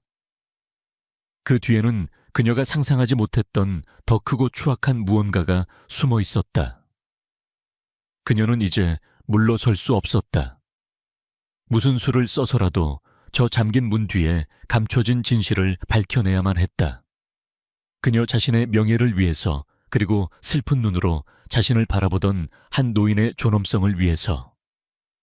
글로벌 윙스 본사 40층에 위치한 회장실의 공기는 아래층의 분주함과는 다른 종류의 밀도를 가지고 있었다. 거대한 통유리창 너머로 서울의 스카이라인이 파노라마처럼 펼쳐져 있었지만 방의 주인인 강지훈 회장은 그 풍경에 눈길 한번 주지 않았다. 그의 시선은 책상 위 단 하나의 서류에 고정되어 있었다. 강지훈, 38배 젊은 나이에 국내 최대 항공사의 총수 자리에 오른 입지 전적인 인물. 선대 회장이었던 아버지가 갑작스럽게 세상을 떠난 후 수많은 우려와 견제 속에서 경영권을 이어받았지만 그는 불과 5년 만에 특유의 냉철한 판단력과 과감한 추진력으로 글로벌 윙스를 세계적인 항공사 반열에 올려놓았다. 그는 말이 없었고 감정을 드러내는 법이 없었으며 그의 의중을 파악하기란 불가능에 가까웠다. 그의 침묵은 그 어떤 호통보다 무서운 권위를 자아냈다. 그가 막 일주일간의 유럽 출장을 마치고 돌아온 참이었다. 그의 충직한 비서인 윤 실장이 그가 자리를 비운 사이 올라온 산더미 같은 보고서들을 간결하게 요약해 보고하고 있었다. 마지막으로 뉴욕행 지드배치의 77편에서 VIP 고객 클레임이 한 건 있었습니다. 퍼스트 클래스 승객인 태강물산 최영섭 회장이 서비스 관련 불만을 제기했으며 담당 부서인 김민준 부장선에서 사과 및 재발 방지 약속으로 마무리된 것으로 보고되었습니다. 일상적인 보고 중 하나였다. 한 달에도 수십 건씩 올라오는 VIP 클레임. 강지훈은 보통 이런 사소한 사안에는 별다른 반응을 보이지 않았다. 하지만 그날따라 제2협의 실 7편이라는 단어가 그의 신경을 미세하게 건드렸다. 담당 승무원은 누구였지? 예상치 못한 질문에 윤 실장이 잠시 당황했다. 그는 재빨리 태블릿을 넘겨보며 대답했다. 수석 사무장 이서연입니다. 입사 10년 차의 베테랑이고 근무 평가는 항상 최상위권이었습니다. 특히 규정 준수 및 위기 대처 능력에서 높은 점수를 받아왔습니다. 강지훈은 가볍게 미간을 찌푸렸다. 최고의 평가를 받는 베테랑 승무원이 VIP 클레임을 유발했다. 뭔가 앞뒤가 맞지 않았다. 하지만 그는 더 이상 묻지 않고 고개를 끄덕였다. 윤 실장이 물러나자 회장실에는 다시 침묵이 내려앉았다. 강지훈은 비로소 개인적인 용무를 위해 휴대폰을 들었다. 화면에는 어머니라는 이름이 저장된 번호가 있었다. 그는 통화 버튼을 눌렀다. 신호음이 몇 번 가다가 이내 익숙한 기계음으로 넘어갔다. 전화기가 꺼져 있어 음성 사서함으로 연결됩니다. 강지훈의 표정이 미세하게 굳었다. 그는 다시 한번 전화를 걸었지만 결과는 마찬가지였다. 이상했다. 평생 검소하게 살아오신 어머니 박순자 여사는 아들이 사준 스마트폰을 쓰는 것조차 어색해했지만 전화를 받지 못하면 반드시 짧게라도 답신을 남기는 분이었다. 더군다나 지금은 뉴욕에 도착해 있을 시간이었다. 그는 이번에 어머니가 평생 앓아온 무릎 관절 수술을 위해 세계 최고의 병원을 예약하고 모든 절차를 마련해 두었다. 비행기 여행을 극도로 싫어하는 어머니를 설득하느라 얼마나 애를 먹었던가. 아들아, 나는 그냥 동네 병원 다녀도 괜찮다. 그 비싼 돈을 왜 쓰니? 애어머니, 이건 제가 드리는 효도입니다. 세상에서 제일 편안한 자리로 모실 테니 그냥 주무시다 보면 도착할 겁니다. 그는 어머니를 위해 당연히 글로벌 윙스 퍼스트 클래스, 그 중에서도 가장 조용하고 편안한 1A 좌석을 직접 예약했다. 공항에는 현지 지사 직원을 보내 입국 수속부터 병원까지 편안하게 모시도록 지시해 두었다. 그런데 연락이 닿지 않는다니 불길한 예감이 그의 심장을 차갑게 식혔다. 그는 즉시 인터폰을 눌러 윤 실장을 다시 호출했다. 윤 실장, 즉시 뉴욕지사에 연락해서 박순자 여사님께서 무사히 도착하셨는지, 마중 나간 직원은 만났는지 확인해보게. 박순자 여사님이라면 회장님의 어머님 말씀이십니까? 맞아, 지금 바로. 강지훈의 목소리는 낮았지만 그 안에 담긴 다급함과 강경함을 윤 실장은 놓치지 않았다. 그는 서둘러 회장실을 나가 긴급히 뉴욕지사와 연락을 취했다. 그 사이 이서연은 자신의 작은 오피스텔 방에서 거의 전쟁을 치르고 있었다. 김민준 부장에게 질책을 받은 그날 이후 그녀는 잠을 설쳐가며 지 17편의 진실을 파헤치기 위해 매달렸다. 하지만 보이지 않는 벽은 생각보다 훨씬 견고했다. 박순자 할머니의 예약 기록은 보안이라는 팻말 뒤에 굳게 잠겨 있었고 그녀의 권한으로는 더 이상 접근할 수 있는 방법이 없었다. 그녀는 초조해졌다. 이대로 가다가는 자신만 내부 정보를 무단으로 열람하려 한 파렴치한 직원으로 몰려 징계를 받을 수도 있었다. 증거가 없었다. 그녀에게 있는 것이라곤 뭔가 잘못되었다는 강한 심증과 시스템이 막혀 있다는 정황뿐이었다. 혼자서는 안 돼. 서연은 결심했다. 위험한 일이었지만 누군가의 도움이 절실했다. 그녀의 머릿속에 한 사람의 얼굴이 떠올랐다. 입사 동기이자 지금은 IT 부서에서 일하고 있는 박민지. 민지는 회사 시스템의 구조에 대해 누구보다 잘 알고 있었고 무엇보다 서연이 신뢰할 수 있는 몇 안 되는 친구였다. 서연은 망설이다가 민지에게 조심스럽게 문자를 보냈다. 민지야, 혹시 잠깐 만날 수 있을까? 회사 일로 상의할 게 있어서. 얼마 지나지 않아 회장실 문이 다시 열리고 윤 실장이 창백하게 질린 얼굴로 들어섰다. 그의 손에는 얇은 보고서 한 장이 들려 있었다. 회장님, 그의 목소리가 미세하게 떨리고 있었다. 강지훈은 아무 말 없이 그를 응시했다. 뉴욕지사에 확인한 결과 공항에 마중 나갔던 직원은 어머님을 만나지 못했다고 합니다. 강지훈의 눈빛이 칼날처럼 날카로워졌다. 그리고 어머님께서 탑승하신 항공편을 확인했는데 이틀 전 인천에서 출발한 GW C17편이었습니다. GW C17편. 최 회장의 VIP 클레임이 있었던 바로 그 비행기. 순간 회장실의 모든 공기가 얼어붙는 듯 했다. 강지훈의 머릿속에서 흩어져 있던 두 개의 퍼즐 조각이 섬광처럼 하나로 맞춰졌다.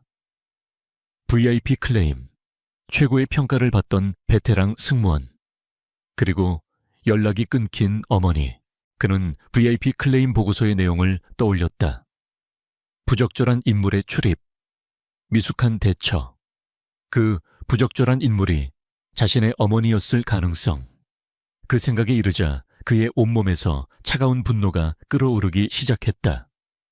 보고서에 담긴 내용은 빙산의 일각에 불과할 터였다.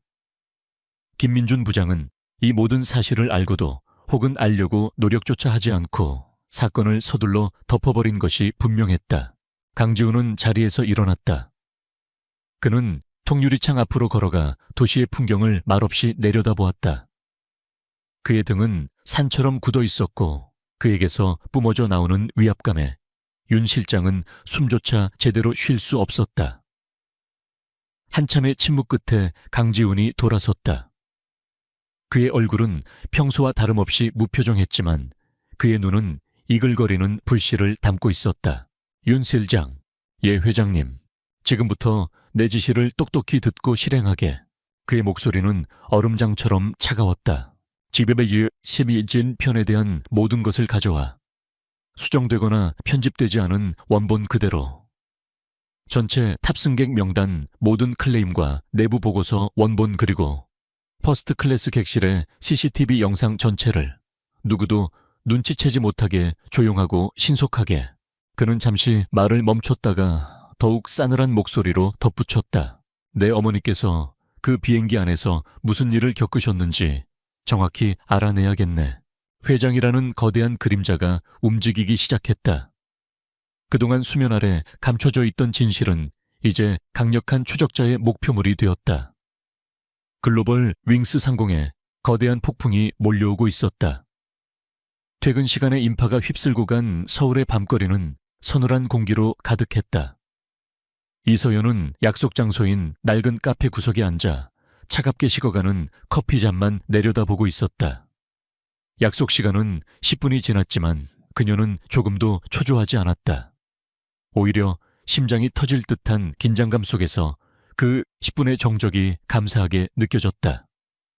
그녀는 지금 자신의 10년 경력과 인생을 건 도박을 시작하려 하고 있었다. 카페 문에 달린 작은 종이 딸랑하고 울렸다. 두꺼운 뿔테 안경을 쓴 앳된 얼굴의 박민지가 불안한 눈으로 주위를 두리번거리며 들어섰다. 서연을 발견한 그녀는 빠른 걸음으로 다가와 맞은편에 앉았다. 언니 무슨 일이야? 문자 받고 얼마나 놀랐는지 알아. 박민지, 서연의 입사 동기이자 지금은 본사 IT 보안팀의 핵심 인력으로 일하는 친구였다. 서연이 회사에서 유일하게 속을 터놓고 이야기할 수 있는 사람이었다. 서연은 목소리를 낮췄다. 민지야, 미안해. 이렇게 갑자기 불러내서. 하지만 너 아니면 부탁할 사람이 없어서 그랬어. 그녀는 지난 며칠간 있었던 일을 조심스럽게 털어놓았다. 비행기에서의 일, 김민준 부장과의 면담, 그리고 일반 승객의 정보 파일이 보안 등급으로 잠겨 있었던 사실까지. 모든 이야기를 들은 민지의 표정은 심각하게 굳어졌다. 언니 그거 위험해. 단순한 시스템 오류가 아닐 수도 있어. 누군가 의도적으로 막아놓은 거라면 그걸 억지로 뚫으려고 하는 순간 로그가 남고 언니만 위험해져. 알아. 그래서 너에게 부탁하는 거야. 나는 그저 진실을 알고 싶을 뿐이야. 내가 정말 규정을 어기고 잘못된 판단을 한 건지 아니면 내가 모르는 다른 무언가가 있었던 건지. 이대로는 억울해서 잠을 잘 수가 없어. 서연의 눈빛은 간절했다. 민지는 한참 동안 망설였다. IT 보안팀 직원으로서 내부 정보를 무단으로 열람하는 것은 해고 사유를 넘어 법적인 문제로 비화될 수 있는 중범죄였다. 하지만 그녀는 서연을 믿었다. 10년간 봐온 이서연은 누구보다 강직하고 정직한 사람이었다.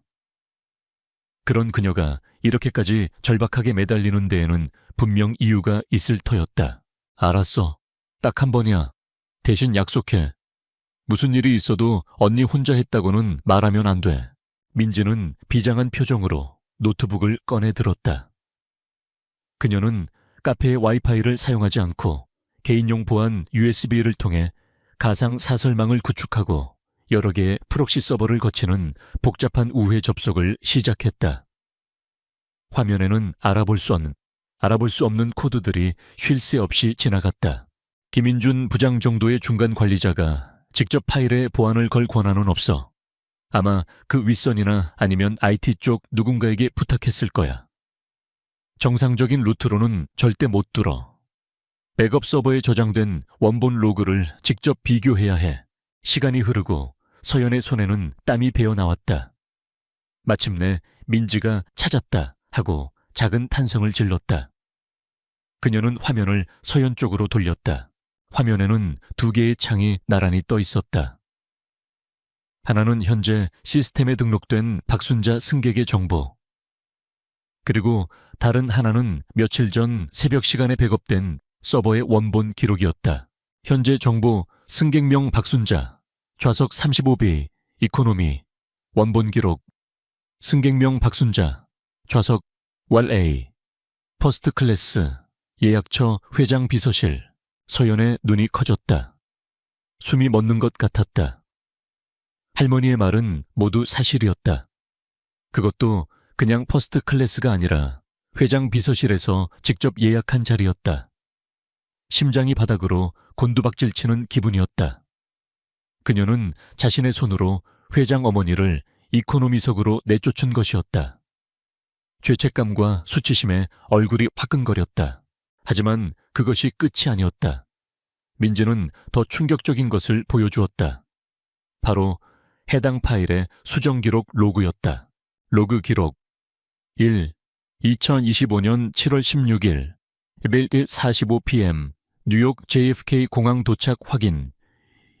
2025년 7월 17일 궁구 12am VIP 고객 최영섭 불만 접수. 3.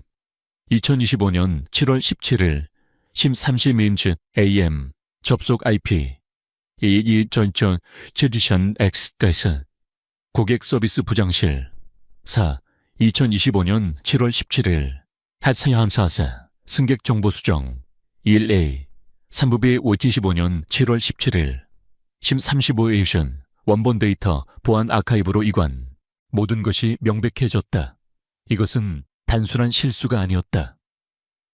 최 회장의 클레임이 접수된 직후 김민준 부장이 직접 혹은 누군가를 시켜 의도적으로 정보를 조작한 것이다. 자신을 완벽한 희생양으로 만들기 위해 시스템 오류를 가장한 완벽한 범죄였다. 세상에, 서연은 자신도 모르게 중얼거렸다. 분노를 넘어선 거대한 배신감이 온몸을 휘감았다. 같은 시각 글로벌 윙스 본사 40층 회장실. 강지우는 어둠 속에서 홀로 거대한 스크린을 응시하고 있었다. 윤 실장이 가져온 지바조비시 7편 퍼스트 클래스의 CCTV 영상이 소리 없이 재생되고 있었다. 그는 영상 속에서 자신의 어머니를 보았다. 낯선 공간에 들어선 듯 주위를 두리번거리는 불안한 모습. 곧이어 화면 속으로 들어서는 거만한 표정의 최영섭 회장. 그리고 마침내 단정한 유니폼 차림의 이서연 사무장이 등장했다. 강지우는 눈을 떼지 않고 그들의 모든 행동을 지켜보았다. 소리는 들리지 않았지만 모든 상황을 이해할 수 있었다. 그는 어머니가 무언가 말을 하며 탑승권을 보여주는 모습, 이서연이 자신의 단말기를 확인한 뒤 정중하지만 단호한 표정으로 고개를 젓는 모습을 보았다. 그리고 마침내 어깨가 축 처진 어머니가 이서연의 부축을 받으며 퍼스트 클래스를 떠나는 마지막 장면까지 그는 조용히 영상을 정지시켰다. 그리고 옆에 놓인 서류들을 집어들었다. 윤 실장이 회사의 가장 깊은 곳에 있는 서버에서 꺼내온 조작되지 않은 원본 자료들이었다. 첫 번째 서류는 탑승자 명단 원본, 박순자 1A. 두 번째 서류는 김민준 부장이 결재를 올린 사건 보고서, 박순자 35배, 거짓말. 모든 것이 명백한 거짓말이었다. 그의 어머니는 정당한 권리를 부당하게 빼앗겼다. 이서연이라는 사무장은 회사가 제공한 거짓 정보에 따라 행동했을 뿐이었다. 그리고 김민준은 VIP 고객의 비위를 맞추고 자신의 책임을 회피하기 위해 사건 전체를 조작하고 한 직원을 희생시키려 했다. 강지훈의 온몸에서 얼음처럼 차가운 분노가 끓어올랐다. 그는 평생 이런 종류의 부정을 경멸해왔다. 힘을 이용해 약자를 짓밟고 진실을 왜곡하여 자신의 이익을 챙기는 행위. 그런데 그런 추악한 일이 자신이 이끄는 회사에서, 그것도 자신의 어머니에게 일어난 것이다. 카페에 앉아있던 서연은 민지가 건네준 USB를 손에 꼭 쥐었다. 그 작은 저장 장치 안에 김민준의 범죄를 입증할 모든 증거가 담겨 있었다. 이제 그녀는 무엇을 해야 하는가, 이 증거를 들고 어디로 가야 하는가. 감사팀 아니면 언론 두려움과 결의가 그녀의 마음속에서 격렬하게 충돌했다. 회장실의 강지훈은 스크린에 정지된 이서연의 얼굴을 가만히 응시했다. 어머니를 이코노미석으로 이끌던 그 순간 그녀의 얼굴에 스쳐 지나갔던 복잡 미묘한 표정. 그는 그 표정에서 일말의 죄책감과 연민을 읽었다. 그녀는 그저 자신의 직무에 충실했을 뿐 이 거대한 음모의 또 다른 피해자일지도 모른다. 이제 모든 조각이 맞춰졌다. 서로의 존재를 알지 못하는 두 사람은 각자의 위치에서 마침내 같은 진실에 도달했다. 추적은 끝났다. 강지훈은 조용히 인터폰을 들었다. 그의 목소리는 분노로 타오르는 속내와는 달리 무서울 정도로 침착했다.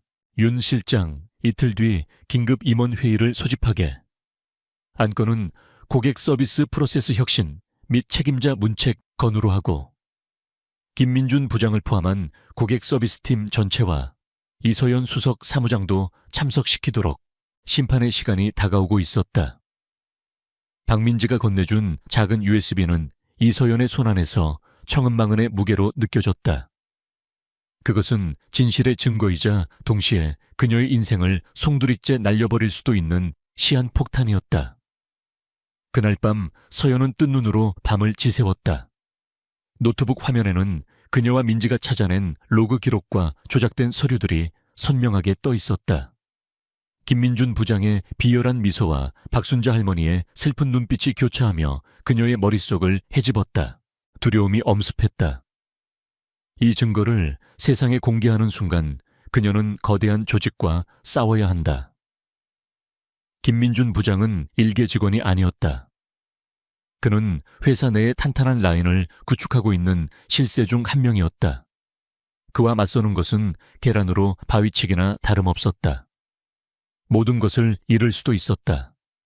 10년간 자부심을 가지고 일해온 직장 동료들의 신뢰, 그리고 평범했던 그녀의 일상까지도. 다음 날 아침 그녀는 떨리는 손으로 박민지에게 전화했다. 민지의 목소리는 잠을 설친 듯 잠겨 있었다. 언니, 어떻게 할 거야? 나 어젯밤에 한숨도 못 잤어. 아, 나도. 언니 그냥 덮는 게 어때? 우린 진실을 알았잖아. 그걸로 된 거 아냐. 김 부장이랑 싸우는 건 자살 행위야. 그 사람 보통 내기가 아니라고. 그냥 조용히 사표 쓰고 나오는 게 언니를 지키는 길일지도 몰라. 민지의 목소리에는 진심 어린 걱정이 가득했다. 서연은 잠시 눈을 감았다. 사표. 모든 것을 끝낼 수 있는 가장 쉬운 방법이었다. 하지만 그럴 수 있을까? 비겁하게 도망치고 평생을 죄책감과 패배감 속에서 살아갈 수 있을까? 그녀는 자리에서 일어나 방안을 천천히 걸었다. 벽 한쪽에 걸린 자신의 유니폼, 그리고 그 옆에 나란히 놓인 수많은 우수사원 표창장들. 그녀의 20대와 30대를 고스란히 바친 청춘의 증거들이었다. 그녀는 이 유니폼을 입고 하늘을 날 때 가장 행복했다. 승객의 안전을 책임지고 그들의 여정을 편안하게 만드는 자신의 일이 너무나도 자랑스러웠다. 이 모든 것을 더럽힌 부정을, 불의를 외면할 수는 없었다. 무엇보다 박순자 할머니의 얼굴이 떠올랐다. 모욕을 당하고도 원망 한마디 없이 오히려 미안해하던 그 고결한 모습. 그녀의 존엄성을 짓밟은 이 사건을 그냥 묻어버릴 수는 없었다. 서연은 결심을 굳혔다. 그녀의 목소리는 더 이상 떨리지 않았다. 민지야, 내 마음은 고맙지만 난 그렇게 못해. 이건 이제 내 개인적인 문제가 아니야. 내가 여기서 물러서면 앞으로 또 다른 누군가가 똑같은 일을 당하게 될 거야. 난 싸울 거야. 결과가 어떻게 되든. 이 언니, 걱정 마. 이 일에 넌 절대 끌어들이지 않을게. 모든 건 내가 발견했고 내가 책임질 거야. 고맙다, 친구야. 전화를 끄는 서연의 눈에는 뜨거운 결의가 차올랐다. 바로 다음 날 회사 전체 메일함으로 한 통의 공지 메일이 날아들었다. 제목 고객 서비스 프로세스 혁신 및 책임자 문책 관련 긴급 임원 회의 소집. 일시 2015년 7월 21일 오전 10시. 장소 본사 40층 대회의실. 참석 대상 전 임원 고객 서비스팀 김민준 부장 외 팀원 전원, 그리고 이서연 수석 사무장. 메일을 확인한 사무실은 벌집을 쑤신 듯 술렁거렸다. 임원회의에 일개 수석 사무장이, 그것도 이름까지 명시되어 호출되는 것은 전례 없는 일이었다. 모든 시선이 이서연에게로 쏠렸다. 동정 호기심, 그리고 약간의 경계심이 섞인 시선들이었다. 한편 자신의 사무실에서 메일을 확인한 김민준 부장의 입에는 비릿한 미소가 걸렸다. 그는 이 모든 상황을 자신이 제출한 보고서가 마침내 최고 경영진의 주목을 받은 결과라고 해석했다. 회장이 직접 나서는 이 무대에서 이서연을 철저히 짓밟아 자신의 결단력과 위기관리 능력을 과시할 절호의 기회라고 생각했다. 그는 자신이 완벽하게 조작한 증거와 논리를 그 누구도 깨뜨릴 수 없다고 확신했다. 그는 보란듯이 이서연을 자신의 사무실로 호출했다. 일종의 마지막 경고이자 길들이기였다. 이 사무장 앉아. 그는 마치 자비로운 상사라도 되는 양위선적인 표정을 지었다. 일이 이렇게까지 커져서 나도 유감이야. 회장님께서 직접 주관하시는 회의라니 보통 일이 아니지. 내가 충고 하나 하지. 회의에 들어가거든 군말 말고 자네의 실수를 깨끗하게 인정하게. 그리고 머리 숙여 사과하고 어떤 처벌이든 다게 받겠다고 해. 그게 자네의 경력 손상을 최소화할 수 있는 유일한 방법이야. 그는 서연이 겁을 먹고 순순히 자신의 각본대로 움직여주기를 기대했다. 하지만 서연의 반응은 그의 예상을 완전히 빗나갔다. 그녀는 더 이상 겁에 질린 부하 직원이 아니었다. 그녀는 김민준의 눈을 똑바로 쳐다보며 차분하지만 얼음처럼 차가운 목소리로 말했다. 조언 감사합니다, 부장님. 저도 회의에 가서 제가 아는 모든 것을 있었던 일 그대로 말씀드릴 생각입니다. 그녀의 조용하지만 단호한 태도에 김민준은 순간적으로 당황했다. 하지만 그는 이내 코웃음을 쳤다. 증거도 없는 일개, 직원의 마지막 발악이라고 치부해버렸다. 40층 회장실, 윤 실장이 강지훈에게 보고했다. 회의 소집 공지 이후 김민준 부장은 매우 자신만만한 태도를 보이고 있습니다. 이서연 사무장은 별다른 움직임은 없으나 태도가 매우 단호해졌다고 합니다. 강지훈은 말없이 고개를 끄덕였다. 그의 얼굴은 여전히 어떤 감정도 읽을 수 없었다. 무대가 준비되었군. 이제 배우들이 각자 어떤 연기를 보여줄지 지켜보기만 하면 돼. 누가 이 회사의 진정한 자산이고 누가 정리해야 할 부채인지 이번 기회에 확실히 알게 되겠지. 그는 폭풍의 눈 한가운데서 모든 것을 관망하고 있었다. 진짜 사냥은 아직 시작되지 않았다. 마침내 운명의 날 아침이 밝았다. 서연은 그 어느 때보다 정성스럽게 유니폼을 다려 입었다. 오늘은 더 이상 승객을 위한 제복이 아니었다. 진실을 위한 갑옷이었다. 그녀는 주머니 속에 진실이 담긴 USB를 단단히 챙겨 넣었다. 거울 앞에 선 그녀는 자신의 모습을 비춰보았다. 두려움은 사라지고 차분하고 결연한 의지만이 남아있었다. 그녀는 이제 사자의 굴로 걸어 들어간다. 거대한 폭풍이 마침내 그 모습을 드러내려 하고 있었다. 글로벌 윙스 본사 40층의 대회의실은 숨막히는 긴장감으로 가득 차 있었다. 거대한 마호가니 테이블 주위로 회사의 최고위급 임원들이 모두 모여 앉아 있었다. 그들의 굳은 표정에서는 다가올 폭풍에 대한 예감이 엿보였다. 테이블 가장 끝 다른 모든 사람과 동떨어진 자리에 이서연이 꼿꼿한 자세로 앉아 있었다. 그녀의 맞은편 상석에 가까운 자리에 앉은 김민준 부장은 자신만만한 미소를 지으며 보란듯이 서류를 정리하고 있었다. 그는 오늘 이 자리의 주인공이 자신이라고 믿어 의심치 않았다. 회의는 강지훈 회장의 최측근으로 알려진 전략기획본부장의 개회사로 시작되었다. 그는 무거운 목소리로 회의의 안건, 고객 서비스, 프로세스 관련 중대 사안을 상기시킨 뒤 김민준 부장에게 발표를 요청했다. 김민준이 자리에서 일어났다. 그는 마치 연극 배우처럼 능숙하고 설득력 있는 연기를 시작했다. 그는 글로벌 윙스의 명성과 VIP 고객의 중요성에 대해 열변을 토했고 이서연 사무장의 유감스러운 판단 착오가 회사에 얼마나 큰 위기를 초래했는지 극적으로 묘사했다. 존경하는 임원 여러분, 여기 증거가 있습니다. 그는 대형 스크린에 자신이 조작한 자료들을 띄웠다. 박순자 할머니가 이코노미석 승객으로 기재된 탑승 명단, 최영섭 회장의 분노가 담긴 과장된 항의서, 그는 이서연이 융통성 없고 고압적인 태도로 수백억 원대의 기업 고객을 잃을 수도 있는 상황을 초래했다고 몰아붙였다. 그의 목소리는 비장감마저 감돌았다. 따라서 회사의 명예를 지키고 우리의 가장 소중한 고객들에게 신뢰를 재확인시켜 드리기 위해 저는 AT와 YNT, 유감스럽게도 이서연 수석 사무장의 즉각적인 해임을 건의하는 바입니다. 회의실에 무거운 침묵이 흘렀다. 몇몇 임원들은 굳은 표정으로 고개를 끄덕였다. 모든 것이 김민준의 각본대로 흘러가는 듯했다. 이서연의 운명은 경각에 달린 듯 보였다. 전략기획본부장이 서연을 향해 고개를 돌렸다. 이서연 사무장, 마지막으로 변론할 기회를 주겠습니다. 할 말 있습니까? 모든 시선이 그녀에게로 쏠렸다. 서연은 조용히 자리에서 일어났다. 심장은 미친 듯이 뛰었지만 그녀의 목소리는 놀라울 정도로 차분하고 또렷했다. 예, 있습니다. 그녀는 감정적인 항변을 늘어놓지 않았다. 대신 사실만을 이야기했다. 지금 김민준 부장님께서 발표하신 보고 내용과 자료는 모두 조작된 것입니다.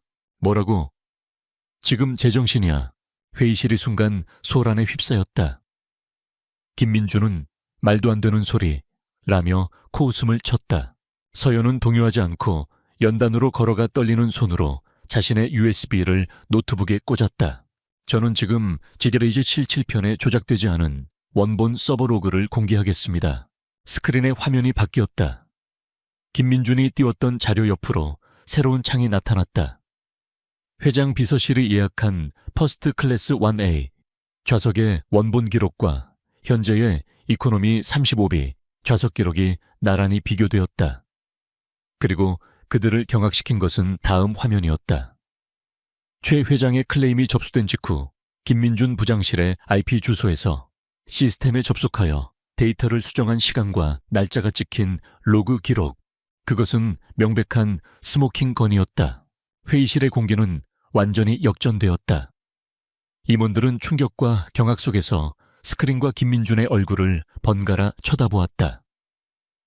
김민준의 얼굴에서는 핏기가 사라지고 식은땀이 비오듯 흘렀다. 그는 당황하여 말을 더듬기 시작했다. 이건 불법 해킹이야. 이 증거는 인정될 수 없어. 없어. 저 여자가 날 모함하기 위해 조작한 거라고.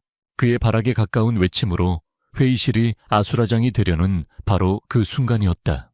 육중한 회의실 문이 소리 없이 열렸다. 모두의 시선이 문 쪽으로 향했다. 그곳에는 얼음처럼 차가운 표정의 강지훈 회장이 서 있었다. 그리고 그의 팔짱을 끼고 단정하지만 소박한 옷차림의 한 노파가 함께 서 있었다. 박순자 할머니였다. 회의실에는 숨막히는 정적이 흘렀다. 누구도 이 상황을 이해하지 못했다. 강지훈은 어머니를 부축하며 천천히 테이블 상석으로 걸어왔다. 그의 시선은 하얗게 질려버린 김민준에게 고정되어 있었다. 그의 목소리는 나직했지만 회의실 전체를 지배할 만큼 강력한 힘을 담고 있었다. 김민준 부장, 우리 회사 승객 한 분 때문에 아주 큰 소란을 일으킨 것 같군. 그는 곁에 선 어머니를 향해 부드럽게 손짓했다. 소개하지. 이분은 박순자 여사님이시네.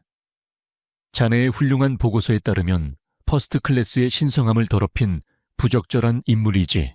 강지훈은 잠시 말을 멈췄다. 그의 말이 가진 의미를 모든 사람이 곱씹을 시간을 주는 듯했다. 이윽고 그는 회의실 전체에 망치처럼 울리는 마지막 한마디를 내뱉었다.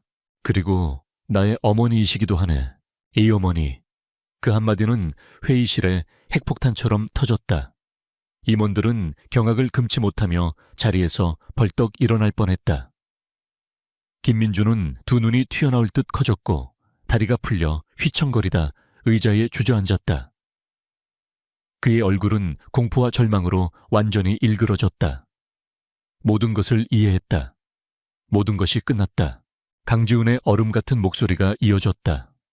그는 모든 진실을 한치의 오차도 없이 설명했다. 어머니의 정당한 티켓, 최영섭 회장의 오만한 갑질 회사가 제공한 거짓 정보에 따라 원칙대로 행동할 수밖에 없었던 이서연 사무장의 상황, 그리고 이 모든 것을 덮고 직원을 희생시키기 위해 범죄까지 저지른 김민준의 추악한 음모. 그는 결정적인 증거로 최 회장이 어머니에게 폭언을 퍼붓고 어머니가 묵묵히 고통을 감내하는 모습이 담긴 짧은 CCTV 영상을 소리 없이 재생했다. 그는 싸늘한 눈으로 임원들을 둘러보며 말했다. 이것이 김민준 부장이 그토록 옹호하던 고객 서비스의 실체입니다. 오만한 갑질에 굴복하고 성실한 우리 직원을 제물로 바치는 것. 이것이 우리 글로벌 윙스가 나아갈 미래입니까? 아무도 대답하지 못했다. 오직 김민준의 거친 숨소리만이 회의실을 채웠다.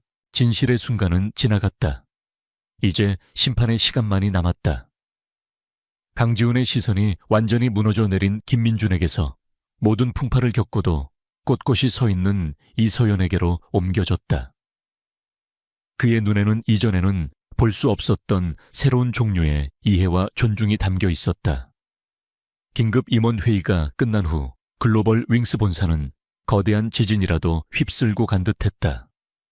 강지훈 회장의 마지막 선언은 단순한 문책을 넘어 회사의 근간을 뒤흔드는 거대한 개혁의 서막이었기 때문이다. 김민준 부장은 그 자리에서 즉시 모든 직위가 해제되었다. 그의 얼굴은 더 이상 공포나 절망이 아니었다. 모든 것을 잃은 자의 텅 빈 허무함만이 남아있었다. 그는 보안 요원들에게 이끌려 자신의 사무실로 돌아가 개인 물품을 챙길 시간조차 허락받지 못한 채 초라하게 회사 건물을 빠져나갔다. 그를 기다리고 있는 것은 해고 통지서뿐만이 아니었다. 강지훈 회장은 불법적인 정보 조작과 업무상 배임 혐의로 그를 즉시 사법기관에 고소하라고 지시했다. 그가 회사 내에서 쌓아 올렸던 모든 권력과 인맥은 한 줌의 재가 되어 흩어졌다. 태강물산의 최영섭 회장 역시 혹독한 대가를 치러야 했다. 글로벌 윙스는 즉시 최 회장과 태강물산을 영구 블랙리스트에 올리고 모든 기업 계약을 파기했다. 이 소식은 언론을 통해 순식간에 퍼져나갔다. 재벌 회장의 추악한 갑질 항공사 회장 어머니에게까지와 같은 자극적인 제목의 기사들이 쏟아졌다. 여론의 문매를 맞은 태강물산의 주가는 폭락했고 최 회장은 결국 대국민 사과와 함께 경영 일선에서 물러나야만 했다. 그의 오만함은 그 자신을 파멸로 이끌었다. 폭풍의 한가운데서 모든 것을 잃은 이들이 있다면 그 폭풍을 딛고 새롭게 태어난 이도 있었다. 이서연, 그녀는 회의실을 나온 순간부터 회사의 모든 직원들에게 영웅으로 떠올랐다. 동료들은 그녀에게 다가와 경애와 존경이 가득한 눈빛으로 축하와 격려를 보냈다. 그녀는 더 이상 얼음 여왕이 아니었다. 불의에 맞서 진실을 지켜낸 강철의 여왕이었다. 며칠 후 서연은 윤 실장을 통해 회장실로 오라는 연락을 받았다. 그녀는 복잡한 마음으로 다시 40층에 올랐다. 회장실 문이 열리자 그녀를 맞이한 것은 강지훈 회장과 소파에 앉아 따뜻한 미소를 짓고 있는 박순자 할머니였다. 서연은 자신도 모르게 고개를 깊이 숙였다. 회장님 그리고 여사님, 그날은 제가 정말 죄송했습니다. 그녀의 목소리에는 진심 어린 죄책감이 묻어 있었다. 박순자 할머니가 자리에서 일어나 그녀에게 다가와 그녀의 손을 따뜻하게 잡아주었다. 아가씨 고개 들어요. 아가씨가 왜 죄송해? 잘못은 다른 사람들이 한 거지. 아가씨는 맡은 일을 했을 뿐인데. 오히려 나 때문에 이런 험한 일을 겪게 해서 내가 더 미안하구먼. 할머니의 따뜻한 위로에 서연의 눈시울이 붉어졌다. 강지훈 회장이 조용히 입을 열었다. 그의 목소리는 이전의 냉정함 대신 깊은 신뢰와 존중을 담고 있었다. 이서연 씨, 당신은 우리 글로벌 윙스가 잊고 있었던 가장 중요한 가치를 지켜주었습니다. 바로 원칙과 존엄성입니다. 당신 같은 사람이 이 회사를 이끌어야 합니다. 그는 서연에게 한 통의 발령장을 내밀었다. 임명장, 직위 서비스 혁신본부장 성명 이서연, 서비스 혁신본부. 그것은 이번 사태를 계기로 회장이 직접 신설한 부서였다. 모든 승무원의 교육, 서비스 매뉴얼 개편, 그리고 무엇보다 직원의 권익 보호와 윤리, 강령 수립을 총괄하는 막중한 자리였다. 일개 수석 사무장에서 회사의 핵심 임원으로 파격적인 승진이었다. 저는 제가 이런 중책을 맡을 자격이 있는지 모르겠습니다. 서연이 망설이자 강지훈이 단호하게 말했다. 자격은 내가 판단합니다. 나는 당신의 용기와 정직함을 믿습니다. 우리 회사를 바로 세워주십시오. 다시는 힘없는 사람이 부당하게 모욕당하고 성실한 직원이 억울하게 희생되는 일이 없도록. 그것이 내가 당신에게 부탁하는 것입니다. 그의 눈빛은 진지했다. 서연은 더 이상 사양할 수 없었다. 그녀는 두 손으로 공손히 임명장을 받았다. 그것은 단순한 종이 한 장이 아니었다. 그녀의 인생을 바꿀 새로운 사명이었고 그녀가 지켜낸 정의에 대한 보상이었다. 한 달 후 이서연은 완전히 달라진 모습으로 신입 승무원들 앞에 섰다. 그녀는 더 이상 유니폼을 입지 않았다. 세련된 정장 차림의 그녀는 서비스 혁신 본부장으로서 글로벌 윙스의 새로운 철학을 가르치고 있었다. 여러분, 우리의 첫 번째 임무는 고객을 만족시키는 것이 아닙니다. 우리의 첫 번째 임무는 인간의 존엄성을 지키는 것입니다. 그것은 승객의 존엄성이자 동시에 우리 자신의 존엄성입니다. 규정은 사람 위에 존재할 수 없습니다. 여러분이 마주하는 모든 상황 속에서 가장 중요한 것은 무엇이 옳은 일인지 판단하는 여러분 자신의 양심입니다. 글로벌 윙스는 이제 여러분의 그 양심을 믿고 지지하고 보호할 것입니다. 그녀의 목소리에는 힘이 넘쳤고 그녀의 눈은 미래에 대한 확신으로 빛나고 있었다. 강의실 뒤편에서 강지훈 회장은 그 모습을 흐뭇한 미소로 지켜보고 있었다. 하늘은 여전히 높고 푸르렀다. 글로벌 윙스의 비행기들은 오늘도 세계를 향해 날아오르고 있었다. 하지만 이제 그 비행기에는 새로운 정신이 깃들어 있었다. 한 사람의 용기가 만들어낸 정의와 존엄성이라는 새로운 날개. 이서연은 자신의 사무실 창가에 서서 푸른 하늘을 가로지르는 비행기를 바라보았다. 그녀의 새로운 비행은 이제 막 시작되고 있었다.